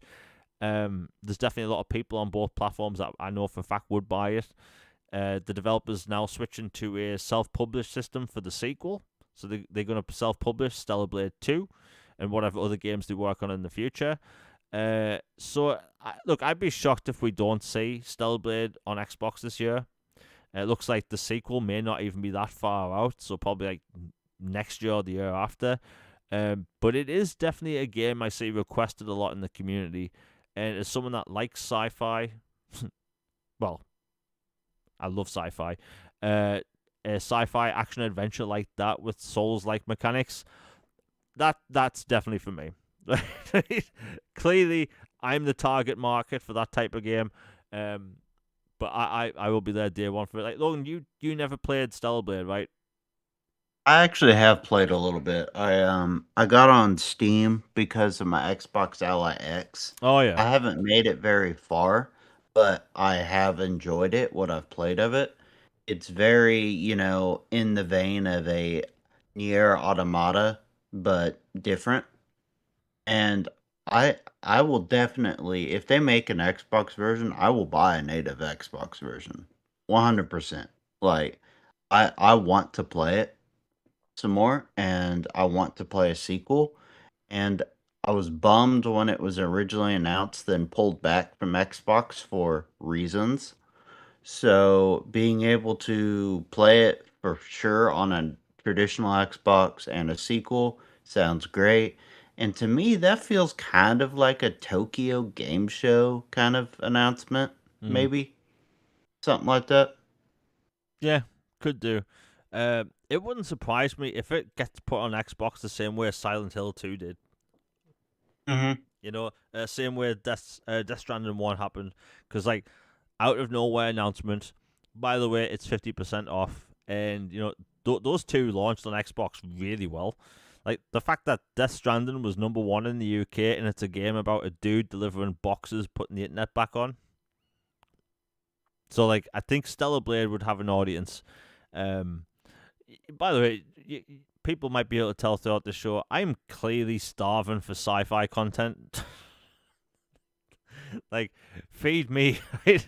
Because we just don't have enough. But yeah, Stellar Blade looks cool, and the fact that the deep into development of the sequel, sure, a lot of people should be happy. But at least at the very least, it looks like the sequel will be multi-platform on everything day one, um, as it should be. But yeah, that's Stellar Blade. I'm sure a lot of people are looking forward to that. Let's see what we got next. My God, if it seems like I'm all over the place today, it's because while we live, I'm trying to go back and forth and rearrange topics. Now, Logan, this was a topic last week, but we didn't actually get to talk about it, and that is Bluepoint. So Sony let go of Bluepoint and all their developers, shut down, which is really unfortunate. The reason I bring it up is because I just had a throwaway tweet last week saying, like, hey, wouldn't it be cool if Microsoft hired these developers, renamed them Greenpoint, just because, it's a bit on the nose, that was the point, and say, hey, get them to remaster games such as Lost Odyssey and Transformers the Cybertron games.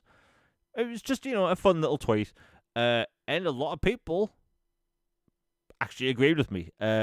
Now, granted, Xbox is in a weird position at the minute because the way the industry is. We're obviously going to talk about that in a minute. But, like, I just thought, like, look, if you have a studio that is specifically known for remaking games and remastering them, like, wouldn't it be cool to have them, or just, like, anyone, like, make remasters or remakes of Xbox titles?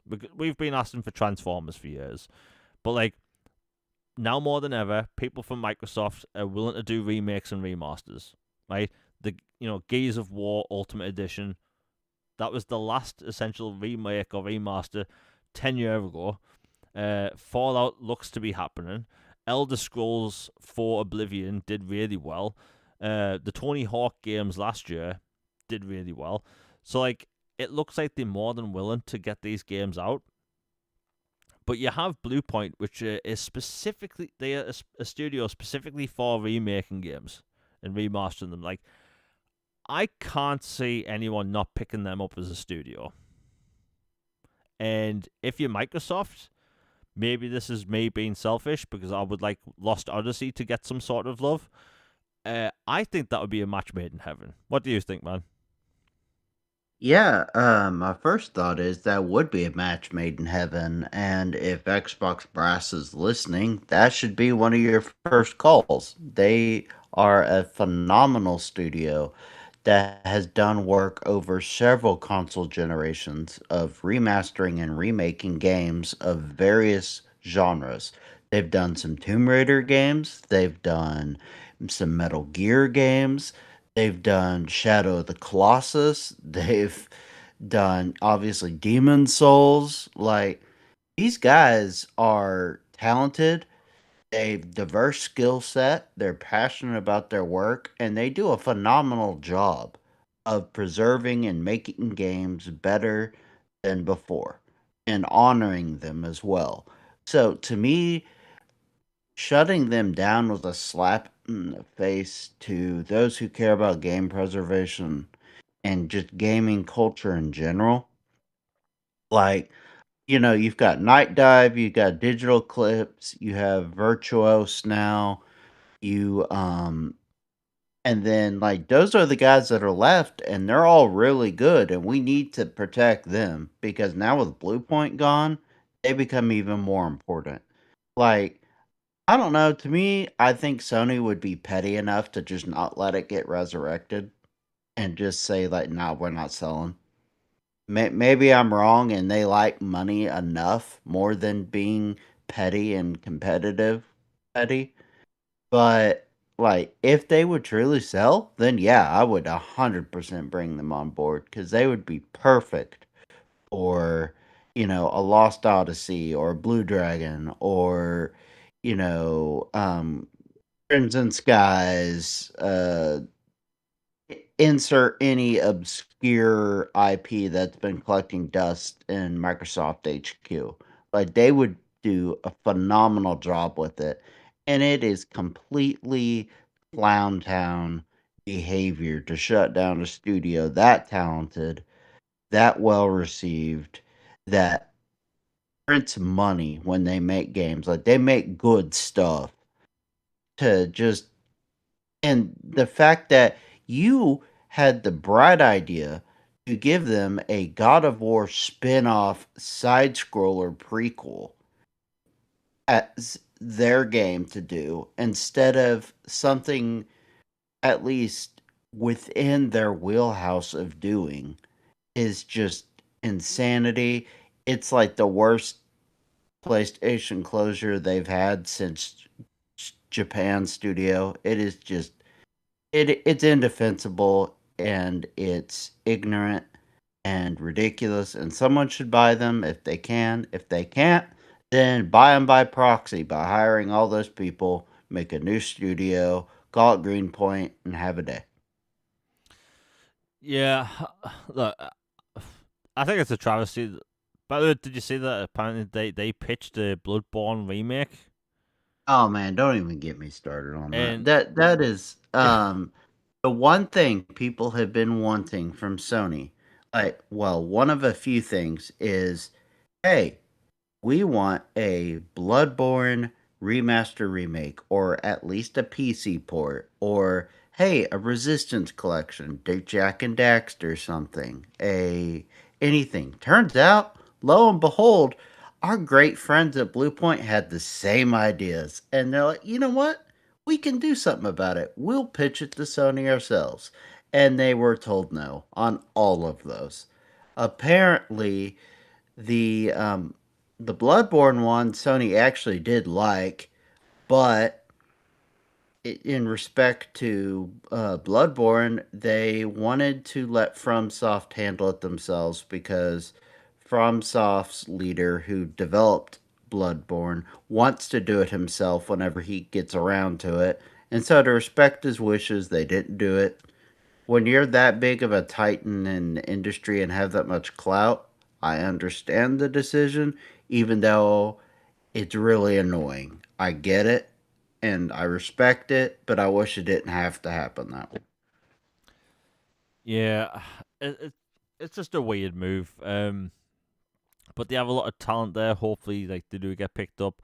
Um, again, I look as soon as they were let go and like it settled in. I was like, oh, that was actually a weird move. I just kept thinking Lost Odyssey, Transformers, right? Like get them to do the job because like look, they are they are arguably one of the best remake studios in the business. If you're just saying how Mhm. you know, what do you call it? Shadow of Colossus and Demon Souls look like.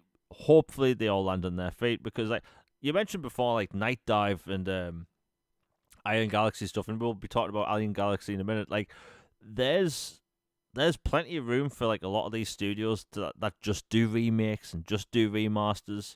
I know we've said our fair share about Aspire's remasters, um, but like whenever I see Night Dive, They for instance, tried.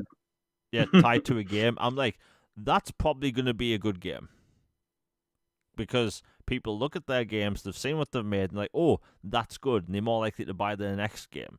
Like, look at how they treated was it Star Wars Dark Forces, where they could have just did an up-res, but they gave all of the characters basically 3D models that were used to be 2D sprites, just stuff like that. Like Night Dive does an incredible job.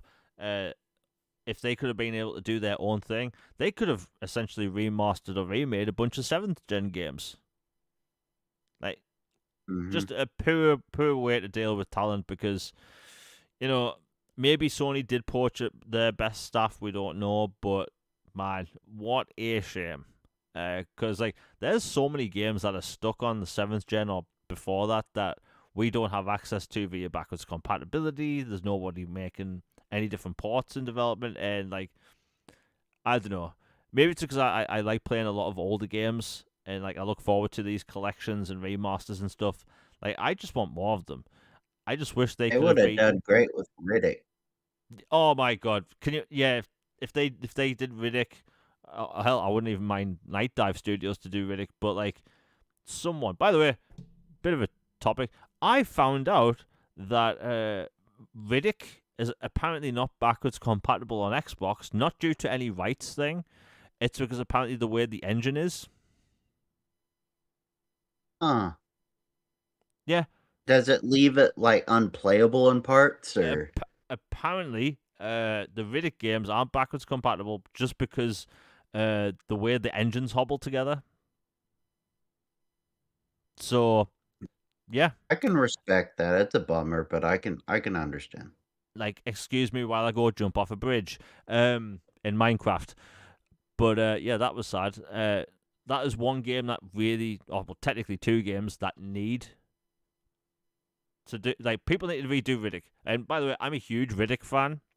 The movies, I never got a chance to play the video games. I own them on 360 now because I bought them when they were on sale before the store closed. Those really deserve the treatment, and they still look good, by the way. But yeah, the way the engine was hobbled together, that's why they aren't backwards compatible. You can still buy them on PC, but yeah, that's the reason. But yeah, that's Bluepoint. Just want to talk about that quickly because it is a shame. While we're talking about remasters and remakes, Iron Galaxy's been in the news for the past 2 days because on a LinkedIn page, they posted a screenshot from inside the office, and there was New Vegas art on the desktop. Now, the internet clearly reacted to this in a good way because people have been expecting some sort of Fallout game news for the past 6 or 7 months, and we haven't had any, right? Any opportunity in the past several months, people have been expecting a shadow drop, right? Maybe it was the fact that the TV show season 2 was ending, or they had a developer direct, right? People were expecting something Fallout related, but never happened. And people saw that last night and lost their marbles because, I am of the ilk that I think Fallout 3 is the best Fallout game. I don't get the whole oh my god, New Vegas is the best game ever, right? I'm a Fallout 3 guy. But New Vegas fans were absolutely all over the place last night, excited, acting like it was Christmas. And they came out today and said that has nothing to do with the game. They are not. They didn't actually directly say they aren't making anything regarding Fallout, but they said that had nothing to do with the game. They said that's always something that they have on in the office. And I kind of tilted my head sideways like a confused puppy dog because I kind of felt like they were lying. I could be reading too much into this, or maybe not enough, but if you look at the games that's in development, the games that were in development on that list that leaked years ago, right? Fallout 3 was on that list, right? So was Oblivion, right? Oblivion was done by Virtuos. Now, we don't know what kind of level of remake or remaster the Fallout 3 thing is. We can only assume it's going to be a Virtuos style one. But, if you're Microsoft and you're looking at how Fallout popped off, do you get a different studio such as Iron Galaxy to do a New Vegas game? I think that's possible, right? Because I read that and I just thought, look, yeah, Bethesda basically say when they can announce the game. But so like Iron Galaxy can't come out on Twitter and say, "Hey, by the way, you all caught us. We are doing Fallout New Vegas." That's not the case, right? I don't care what anyone says. Bethesda would not allow that. So that's just my opinion. So I think that Virtuos will be doing Fallout 3, and you'll have Iron Galaxy do New Vegas, and then that way you can have both games launch within a somewhat respectable time period. That's just my little tinfoil hat conspiracy. Like, Logan, what do you think? Because Fallout fans have been, let's be honest, we've been needing a new game for a long time, even if it's a remaster. That's just my take. Yeah, I mean, there's several different ways you can take it. I mean, you can take it at face value and what they said is true. Like, no, we're sorry. This is just something fun we do. We like the artwork and we just put it on here for whenever we're, gearing up for a different project or whatever, and it's just a default fun inside studio joke thing, and that's that. It's like, all right, maybe so. Maybe that's a studio culture thing for them. Or you could take the, Obi-Wan and Anakin, the truth is kind of subjective approach to where it's like what I told you was true from a certain point of view. It's like this being on our screen doesn't mean have anything to do with our project development or what we're working on, which it could be true. It could be like it just happened to be on that screen and their other assets and work are somewhere else and they are working on Fallout New Vegas or something else. So it's technically true, but also kind of not true. Or it could just be like, nah, they're just BSing and they got their hand caught in the cookie jar and they're like, no, no, nothing to see here. Move along. It's like, no, we're just fans, you silly goose. We're not working on Fallout, just go look over there. It, I don't know. It kind of depends. To me, I think Virtuous is definitely working on one of the Fallouts, if not both. So to me, it would make sense that after digging more into Iron Galaxy recently, and how I'm convinced that they're doing a Crasher Spyro project as well as Toys for Bob, that they have multiple teams in multiple locations. Like they're actually a pretty big operation. To me, it seems highly plausible they are working on one and they just got caught red-handed and so they're spinning it. But I guess we'll see. Yeah, I think that look, there's a lot of things we can look into at the minute because like Fallout fans have been eager for news for a long time, and any opportunity, myself included, we try and find something to latch onto, saying, "Oh, is this going to be where the shadow drop the game or something?" But at the same time, it's like Fallout 3. We'll just use Fallout 3 as an example. Like Fallout 3 remastered, remake, whatever, is guaranteed to just print money. So like, why would you shadow drop something like that? I don't know, but like I feel like there's something very as Gollum would say, tricksy going on. Like something Hmm. isn't right. And I just looked at that Iron Galaxy post and thought it's a crock of you know what. So I think they could be making it. Now, when will they announce it? So there are rumors that Xbox does have a developer direct, another one in March, Hmm. and you know apparently Doom: The Dark Ages is getting a new expansion, which people have been waiting on for a long time. But apparently, the expansion is going to be the size of a whole Doom game.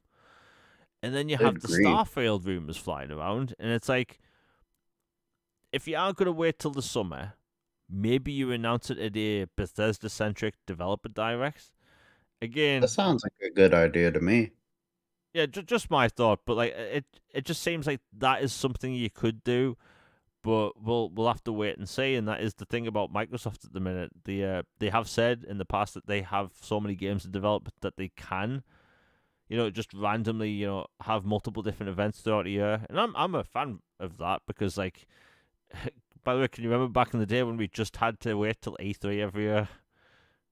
Oh man, it was such a hard wait, and but then it felt like Christmas because it's like you got everything all at once. You've got Bethesda's got their showcase, Nintendo, Sony, Microsoft have theirs, Sega had an event. You've got EA is having something, or Ubi, or whatever, and it was all like all at once and just super cool. And then you were set to go for months, if not the rest of the year.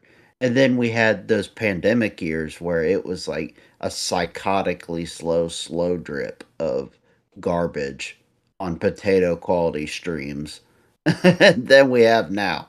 So, Yeah, I say this in chat as well. Honestly, do you know all I want from a Fallout 3 remake? Literally, and I'm not even kidding. I just want Fallout 4 gameplay and visuals in 3. yeah, sounds perfect. And I that is don't want to literally all. save settlements though. Yeah. That, oh God, the settlement thing. By the way, for years I never understood that joke until I started playing it like a year and a half ago, and I was like, oh, okay, I get it. Like, how many settlements is there in this nuclear wasteland? Really? But if they could put everything else from Fallout 4 in Fallout 3, I'd be happy. The thing is, you fire up Fallout 3, that entire map, no matter if you're looking at dirt on the ground or a building, everything in that game is grayish, green, brown, yellow at the same time. Just like New Vegas is orange yellow. Yeah. Yeah. I think that was one of the things I just didn't like about New Vegas, the fact that everything's orange. And I get that's the point because it's a desert. But, like, my God, there's something about the color palette in that game I just could not get behind. But, man, look, at least we should be getting something Fallout related in the coming months. I mean, look, I saw that Iron Galaxy post and I just thought it was a crock, right? No way in hell they just happen to have. Why, if you're a studio like that, you just happen to have Fallout art that goes up, regularly? Like, there's no reason behind that. Maybe they're big That'd be fans. like uh 343 or I guess Halo Studios now. Like having, Mario artwork on their computer just for grins and giggles during presentations or something, and like your princess is in another castle or something. Like it would be a reference that's so out of touch for what you're doing, it would make no sense. Yeah. So, like, yeah, I blatantly think they're lying. But hey, I'm guessing we won't have to wait that long. Like, if they are having a direct this month, they're probably going to announce it in the next week and a half. Microsoft tends to announce their directs, 2 weeks in advance, something like that, and they tend to get their news out early on in the week. So, like, if we don't see something next week, I'd be shocked. But it is going to be a short month. I think. Look, I think a lot of people have a lot to look forward to this month. Not just the games coming, but, man, like, Fallout finally coming. Yes, please. Now, this is going to be a big topic, and we'll try and get through it as fast as we can. So Xbox leadership changed last week out of nowhere, and I think it surprised a lot of people. But I think that if you're an Xbox fan and you look at everything that's been happening over the past several months, like, people have been asking questions for a long time, like, what's the direction of Xbox going to be like? Like, can we trust what Phil Spencer's said? All that type of stuff. And you could look at different statements by Phil Spencer and think, right, he's saying one thing 1 minute, doing something the next. And, I think this has been a problem in the past with Microsoft where they've been doing so many interviews within, like, short succession that they can kind of go back on things they've said. Phil Spencer in the past has, like, said one thing one day and something the next. And you have to look at, as a business, like, was what Microsoft was doing working? And, like, as an Xbox content creator, as an Xbox fan, let me tell you, the number one complaint I've heard about Xbox for years is the fact that messaging isn't clear. And like they've said one thing 1 minute and something else the next. Right? Hey, Indiana Jones and Starfield aren't going to be these games that go to other platforms. Then in an interview 10 minutes later with The Verge, Phil Spencer's saying, well, I'm not saying these games will never go elsewhere. Then you say, Starfield is exclusive on stage, and then we're seeing rumors at the current time that apparently it's going to be multi-platform. And the fact that, Phil Spencer did say only these 4 games are going to be multi-platform, and it's not any indication of more games coming. But we know that's clearly not the case because we see PlayStation logos in trailers. For me personally, I don't really care, But as a business, like as a brand that wants to grow, they have to change some things. Clearly things haven't been working, I think that if you look at Xbox from a console perspective, and I'm sure people in chat will agree with me, and people did earlier today, like if you're an Xbox console fan, all you've heard over the past year plus, is that, hey, ecosystem this, ecosystem that, PC, streaming, right? There's been less emphasis on the console side for the longest time now, whereas the core of Xbox is the console, right? And it should always be that way. You can still do PC stuff. Obviously, they have Windows. They have the PC storefront, right? You can also do the streaming thing. Streaming's popping off in places like, Japan and South Korea and stuff, right? So, like, there's nothing wrong with doing those things, but I think the fact that they put the console on the back burner and saying, hey, we have this console you can buy if you want. The marketing for the Xbox consoles is nowhere to be seen in the UK, at least. Game Pass is not even advertised as Xbox Game Pass in the UK. It's just advertised as PC Game Pass. And yeah, like we don't see Xbox logos on multi-platform trailers on PlayStation shows, right? Like the messaging for the past year and a half, 2 years has been confusing for a lot of people. And like as someone that like I'm able to look at Xbox from this like I'm going to sound like I'm up my own arse when I say this. Sorry for swearing if that's not really swearing, but like I can look at Microsoft from a logical standpoint and saying I can see what they're trying to do, but as someone that did business at college, I can tell you that there's moves they make that technically don't make sense. You have been telling us about next-gen consoles for the past 2 years. Cool. But they've had to tell us for 2 years because they need to reassure to the console gamer that they're still making consoles, which is a negative, right?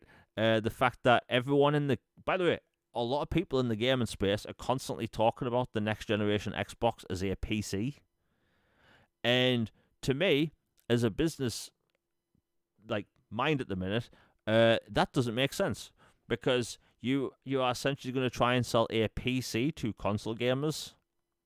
That won't work, right? All you need to sell your console to console gamers is a console that's a console and sell them games. That's it, right? None of this ecosystem stuff, none of this cloud stuff. That's just extra stuff that's nice, right? Maybe you have a PC as well. Maybe you have a Xbox ROG Ally. Maybe you play games on your phone via streaming. That extra stuff is cool, but it should never be the main focal point of your entire marketing system, right? And the fact that I don't see Xbox marketing for their console it's a negative, right? You'll have people that will come out and say Xbox doesn't care about the console and all that stuff. It's like, that simply isn't true because as a business, Xbox makes most of their money off game sales, off DLC, microtransactions. It's not just Game Pass. And every time I see a journalist post about this stuff, by the way, it makes me want to rip my eyes out my sockets, right? Because they don't know anything about the Xbox ecosystem, right? Game Pass makes a lot of money, but they make even more money via games, microtransactions, DLC.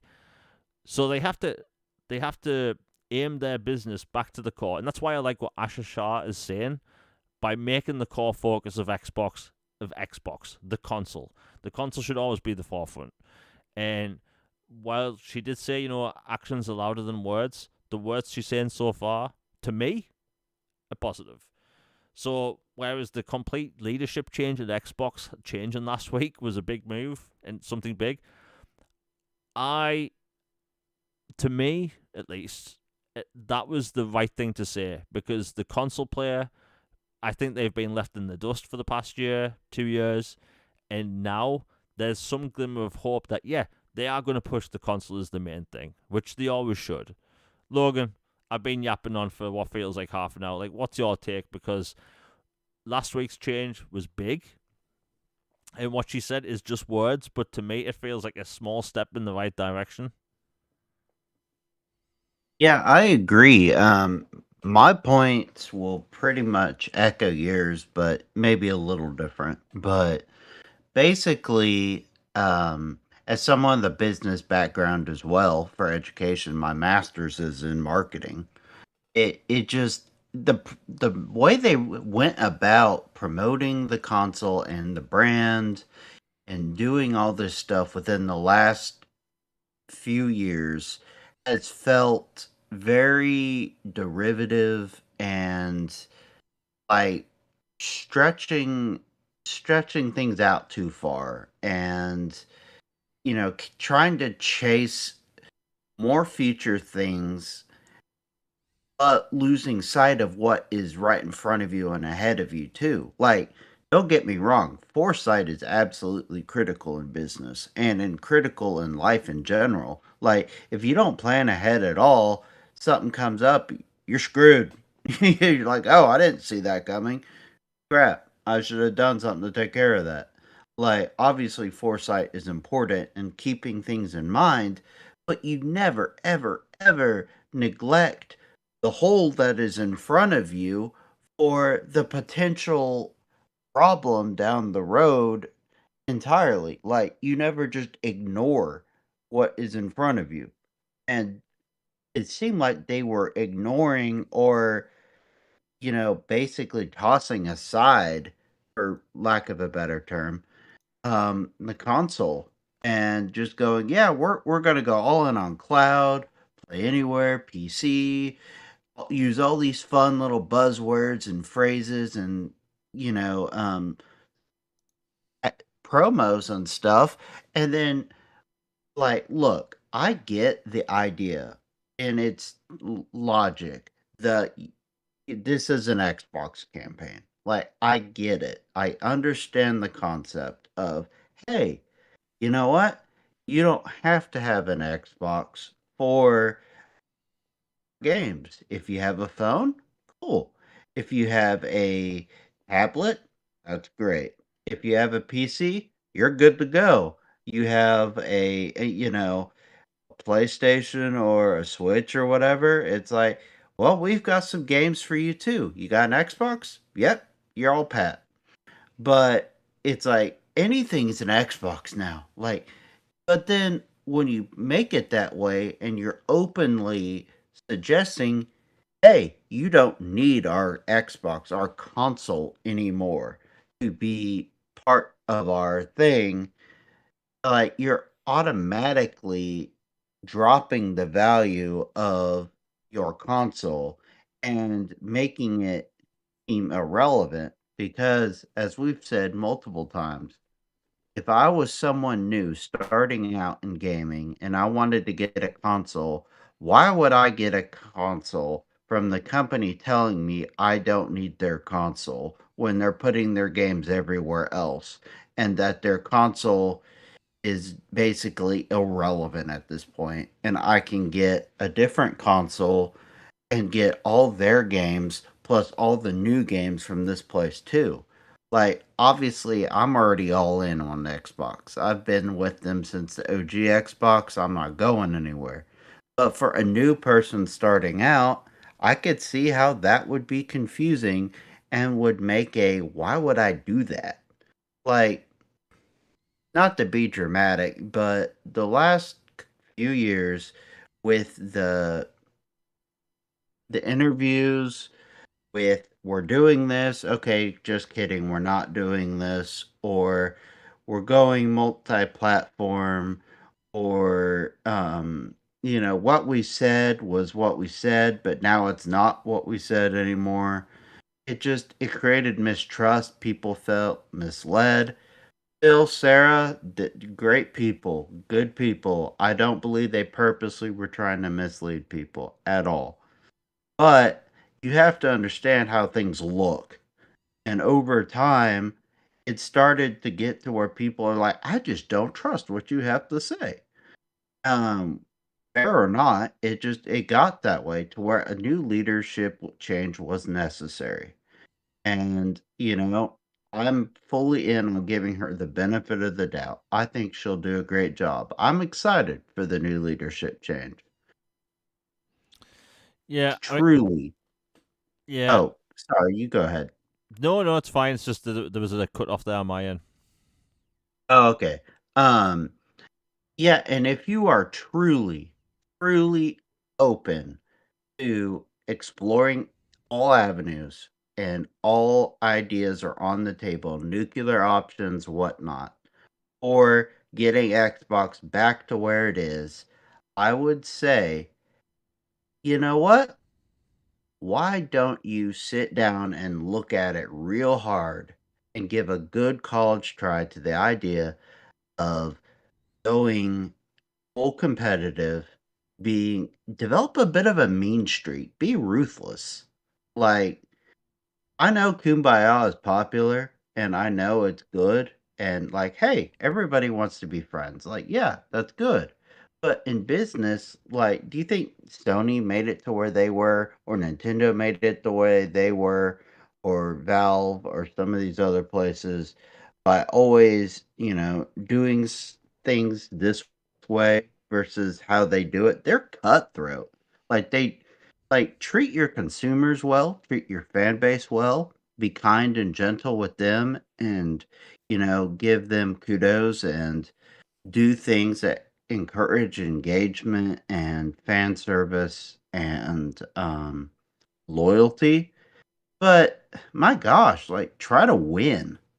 Like don't just a lot of people got mad because they felt like they threw in the towel and gave up. Accurate or not, that's what a lot of people think, that they just punted.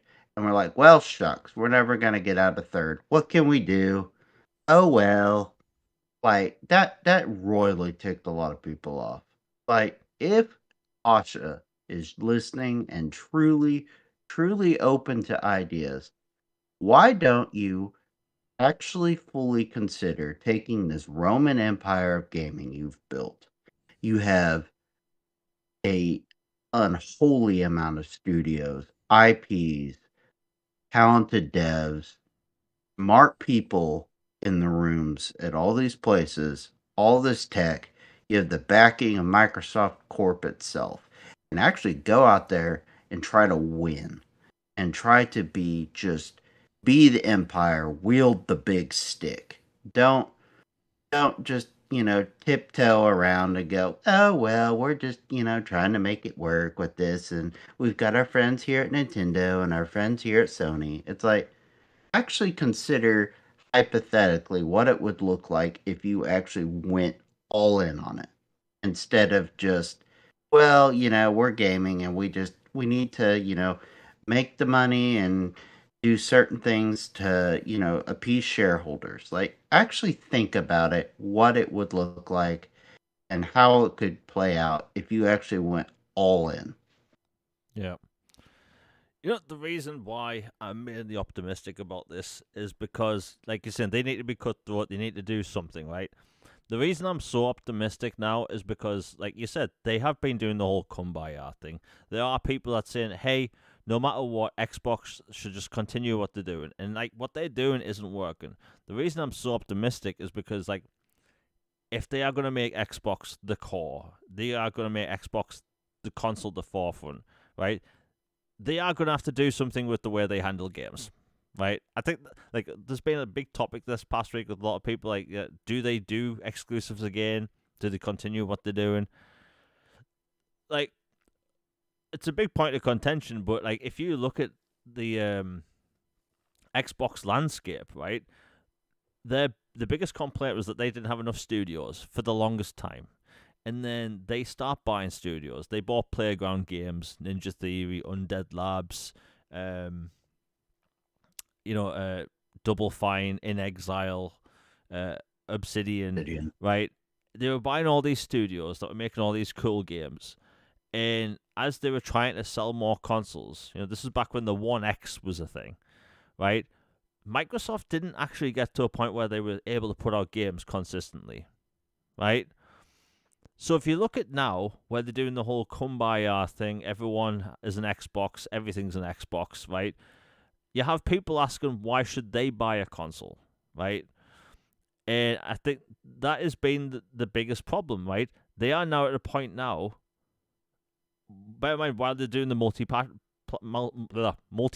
strategy, where they are now having sometimes upwards of 11 games a year, they are now doing the multi-platform strategies now. So if they didn't do that, they would have all these exclusives, right? Exclusives have been a big topic this past week, right? I'm not saying don't do the PC thing, by the way. I'm not saying don't do multi-platform stuff in general, but like I've always said, like if there was ever a Killer Instinct 2, multi-platform, right? Fighting games live and breathe by their community. Live service games, multi-platform. But let's see, Gears of War ED, right? We don't know the situation with that, right? Wouldn't it be a huge marquee thing if you start marketing your console as the only place, console-wise, to play these games? Like Microsoft needs people to buy their console. They need reasons to. And that's been like, look, if you buy a PlayStation, there's two kinds of people that buy PlayStations, really. You have the people that buy them for their exclusives, which is a smaller part of people, and I'll get into that in a minute. But most people that buy a PlayStation, it's actually for things like Fortnite, right? The problem is that Microsoft, they've lost to that consumer, right? They can't sell to the 100 million people that will specifically buy a console for a Fortnite, for an Apex Legends type thing, right? So like they've lost that consumer base. And by mind, I won't mention names. I have seen certain other content creators that specifically cover tech, and they said they specifically bought a PlayStation because it has more games. And do you know what the B-roll went to? Of them playing Fortnite. A game that's on every device known to man. So, like, Microsoft cannot sell their console to the mass consumer of, hey, I'm going to get this console for FIFA or Madden or any of that type of thing, right? So, like, Microsoft has to aim their console at the hardcore demographic, the people that will buy these, single-player exclusives. These people, like, look, Fable has not been in the gaming space since what, 2010 when Fable 3 came out. It's been a long time. It's been a long time, but like that game looks phenomenal. Fable was trending worldwide when that was shown off like a month ago or whatever, right? Why not have that exclusive? I know given how far along some of these ports are now, who knows? Maybe things will change. We'll have to see, but like, you have to give people a reason to buy your console, and the reason are games, right? So like, Sony cancels ports. Yeah, they're Sony not above that. Yeah, Sony apparently cancelled ports. But like, and by the way, I know and I saw this earlier today. People have been trying to twist my meaning and saying, "Hey, you've been for multi-platform stuff for the longest time, and now you're changing your mind." If people look at all my posts, they'll know that I've never actually really talked about the multi-platform thing, right? I've said that I don't understand what Microsoft's doing as a business, and I hope the best. That's it, right? Microsoft, they clearly... Look, Xbox isn't going anywhere, right? This isn't a doom and gloom thing either, which I've seen some people mention, not in chat, but just in general. Like, Xbox, they're making a next generation console. They have a bunch of games in development. The number one way you're going to get people to buy your current console and your next gen console, it's games. It's not for a silly feature. It's not for a, like quick resume's a great feature, and I need all consoles to have it in the future. But like, I'm not going to buy a console for quick resume. I'm going to buy a console for the games. All that other stuff is extra. It's nice. It's a bonus. But selling a console to a bunch of console gamers, and all you talk about is ecosystem stuff, it's never going to work. It's never going to work. People want to buy a console for games. That's that, right? So people that own PlayStations right now for their Uncharted and God of Wars and stuff, right? Those people are going to look forward to a new Uncharted game or a new God of War game on their next console, right? And the people that only buy their consoles for Fortnite and, Apex Legends and stuff, those people are basically locked into the platform now. Microsoft, their best bet is to aim their consoles at the core demographic, the hardcore demographic of gamers. People that buy multiple games a year, not just a free-to-play game or one Batman Arkham game once a generation. That's just my silly, take anyway. But it's been a weird week because, like, look, Asher Shah, it's all words until something's done. But when they start doing the multi-platform stuff, what did we start hearing behind the scenes? Apparently, Xbox developers weren't happy. Because obviously there was a civil war. Yeah, it was civil war inside of Xbox. And you have a leadership at the time that was all, hey, let's all hold hands. Kumbaya, isn't the world made of chocolate and rainbows? And Care Bears, right? But the unfortunate truth is, we don't live in that world where everything's made of chocolate and rainbows and there's Care Bears running around in the street. We don't live in that world, right? We live in the real world where there are consequences for their actions. And console users have been told for the past 2 years, cloud, PC, cloud, stores on PC, PC storefronts, cloud, PC Game Pass. Oh, and by the way, your Game Pass is going up in price. Right? So it's this weird issue where, like, they have a good product, they're just not selling it to the right person. And we'll talk about this quickly. And bear in mind, look, despite what I sound like right now, I'm extremely positive about Xbox at the minute. Right? More positive than I have been for a while. I'm a positive guy in general, but like, I like this step of Xbox console being a core focus. Now, we did see this, Logan, today in the news that apparently Microsoft is contemplating about removing Call of Duty from Game Pass. Honestly, I said a year and a half ago that they shouldn't put Call of Duty in Game Pass. You could keep the price down. Call of Duty developers will be happy. And like, look, other people at Xbox and the studios such as Obsidian, Ninja Theory, all that stuff, they are all fine with their games going into Game Pass. A lot of these single player games are risky, but I think Call of Duty being the money maker it is every year, I think that maybe that should be the exception to Game Pass. I know some people might not like that, but that's been my opinion. Hell, when they decided to up the price of Game Pass back in October or September, my first post I made on Twitter was, they should not include COD. Keep the price down. That's that. But obviously we're going to see a bunch of things change over the coming months and stuff because Asha Shah, she is learning things on the fly. And the number one reason why I will give her the benefit of the doubt is because Reggie Fils-Aimé, at the height of Nintendo's profitability, before he got into like help Nintendo get to where they were, he worked at Pizza Hut. So like all of this looking into her gamer tags and her back, her experience in gaming, I don't think it matters. She gets brought into a business or a division to make it succeed. And that's all that matters. But that's just my take, Logan. You got anything else to say before we close out the show? Oh, just a couple things. Like, back to the multi-platter exclusivity thing. Like, basically, there is a way to thread the needle and have your cake and eat it too. Like you can have like the Call of Duties be multiplat. You can Oh have, yeah, multiplayer focused games be multiplat, or like certain things that have always been multiplat, you could just keep multiplat just to keep those communities engaged and stuff. Like, Doom's been around 30 years. Like, let Doom stay as it is, or yeah, Diablo, or stuff like that.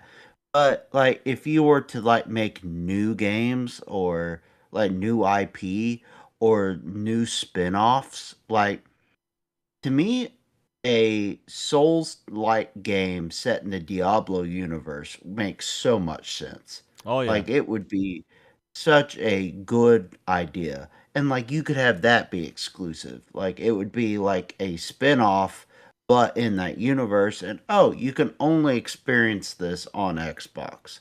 Like, you could do something like that. Or you could just have a, like, line in the stand, like, these certain franchises are, gospel red letter. They will not go anywhere else under any circumstances. Like a Halo, a Gears, a Fable, whatever franchise you want to put. Like have a category where fans just know what to expect, and they're like, these are not going anywhere. If you want to experience anything in these, it will only be on this platform. And like, or you could do that. Like, there are ways to make it to where you don't have to go, well, everybody gets everything, come on in, or nah, bleep y'all, you don't get anything. Like, there is a way to thread the needle, and I think they can do that. And they can do it successfully. And as for her, like I'm confident in her. Like she's done nothing but succeed at all her previous stops. She's highly intelligent and charismatic. She's trying to learn on the fly. She's eager and ambitious. And she's open to dialogue and listening to the community. So again, I would throw out the challenge gauntlet that if you are truly open to the idea of exclusivity again, like look at the hypothetical scenario of going exclusive again, or some variation, because like you said, when they first acquired all these studios, they didn't have the pipeline or the infrastructure in place to get them out on a good cadence. Now they do. So some of the numbers might have been flawed that reflected what it would have hypothetically been like at that time. Like consider if you did today with your output going forward this type of process. What would it look like? And maybe it's a really good picture, but you don't know until you look. yeah. Look, the exclusive thing I think will be the issue. It's probably the thing they're talking about behind the scenes. And look, yeah, Nick's right in chat. Look, Diablo multi-platform, of course. It's an online-centric thing anyway. Makes sense. Gears of War, A-Day, or Gears in general, like that should be exclusive. There could be the time stuff, and look at the smaller titles thing, like uh, oh god, what do you call it? Lego Horizon Adventures, right? PlayStation put that on Switch day one, PC day one. I'm not saying Microsoft couldn't do stuff like, hey, put Kiln on Switch 2 day one, stuff like that, right? Party based, like combat game, right? That makes sense. But like, if you look at Xbox as a business, they clearly want to grow, and they can, but like, they just need to do it right. They need to start marketing the console more. They need to market a console towards console gamers, because guess who doesn't want to buy consoles? PC gamers. PCs have this is the biggest point of contention when I talk about PC and Xbox, right? If you want a PC, you could buy the beastiest rig possible that's capable of like path tracing and all this stuff, right? And access to all these different storefronts, right? If you want a PC, you're going to buy one of them, right? You aren't going to buy an Xbox branded PC, because you're trying to sell it to a console player, right? It's the weirdest thing. I could talk about that all day. Just saw in chat, like, yes, I had a PSP. I had the launch model, and I absolutely basically the PSP for me was essentially a Grand Theft Auto Liberty City Stories machine. Because unfortunately, I've talked about this before, the video game stores where I lived had the worst PSP collections imaginable. Like, if you had a racing game or FIFA out, you could probably find it on PSP in the store. Other than that, slim pickings. I have a PSP, and I'm not even kidding, 4 games.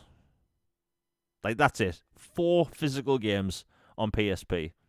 That's how bad it was to buy games for in where I lived. They had the tiniest little selection in the store. And I loved that thing. I had Metal Gear Solid Acid or Metal Gear Acid. I had the absolutely atrocious Assassin's Creed game, which is it was a good looking game on the PSP. But yeah, I like the PSP, even though I don't understand why it had one analog knob. At the time, I thought that was a weird move because it was basically advertised as a portable PS2, so the controls didn't match. I don't know. But look, I'm excited for Xbox's future because it looks like they're going to be heading towards, the correct direction. It will be interesting though. Yeah, if they do end up, let's say, I don't know, doing exclusives again, right? And let's say, Xbox ends up doing better. Are you actually going to have the doom and gloom as shut up, right? They'll never shut up, ever. Just straight up, they won't. Because I made a comparison about the Wii U last night, and it really angered some people. That the Wii U sold 13 million consoles in its entire lifetime, and people weren't calling for the death of Nintendo, right? It's a good thing they didn't either. They stuck around. They succeeded. But like with Xbox, they sell somewhere in between 30 and 50 million consoles. We don't know. And people are saying it should be the end of Xbox consoles, and I'm like, these people are out of their minds, right? And look, I wasn't going to mention this, but I will before we close out the show. 30 to 50 million consoles is not a small user base. That's why, by the way, whenever I see some journalists online, whenever, let's say, a Stellar Blade Xbox version gets brought up, and you have one of these journalists say, hey, these developers shouldn't put this money into like an Xbox port because they'll never make the money back. And I'm here like, are you out of your mind? These people, a lot of these people in the game industry, journalism space, they have no idea what they're talking about. They have no idea what they're talking about. But the point I want to make quickly is that there's a analyst, this person knows what they're talking about when it comes to Wall Street and stuff, tends to talk about gaming now and then, and that is Michael Pachter. Oh, Xbox dead again? Yeah, Xbox is dead again. Apparently, Xbox is on the road to sunsetting, like, Xbox as a brand. And I burst out laughing because he made it seem like you need to subscribe to Game Pass to play their games. So, like, you have people in positions of quote-unquote power and notoriety in the gaming space, and they don't know what they're talking about. They don't know what they're talking about. That you need to have Game Pass to play these games. That is not true. That is not true. Xbox makes most of their money off game sales, off DLC, microtransactions. And by the way, this person in the past, Michael Pachter, do you know back when the Xbox One and the PS4 was about to come out, he predicted that these consoles were going to fail and the hardcore gamer were going to go towards the Android consoles at the time that were releasing and iPad gaming. Yeah. That didn't happen. So that person, he's been wrong in the past many times, but yeah. Look, it's been a fun show today. We actually have a couple of topics left, which we'll have to, keep off to the next show, but again, everyone in chat's been amazing. Logan, it's been great talking to you once again. It's been a heated week when it comes to news, mainly because of the whole leadership thing. But look, long story short, I think everyone's going to be fine. Anyway, we'll be back for a new episode of All Things Xbox Podcast next Tuesday at 6 p.m. Eastern once again. For people that follow the channel, hope you like, share, and subscribe. It really does appreciate it. It helps the channel grow and stuff. I tend to put out a video of upcoming games on the channel every month. Couldn't in February because this chest infection literally destroyed me. In March's video, actually had to get postponed, so that will be out tomorrow. So if you look forward to these videos, the support is greatly appreciated. It takes a long time to make these videos, and well, putting them out late isn't exactly the best for the algorithm. So if you see that video on your feed tomorrow, please give that a watch, give it a like, and a share. It really does help with the algorithm. And there's also a new hype feature available. So if you go to where the chat is and scroll sideways on a mobile device or on Windows, you'll see this little hype feature, and it'll give people that are below 500,000 subscribers these points, and basically the more points you get, the more push you get in the algorithm. It's a new feature, but it helps, and it's greatly appreciated. Anyway, until then, we're out, everybody. Peace. And we're done. That was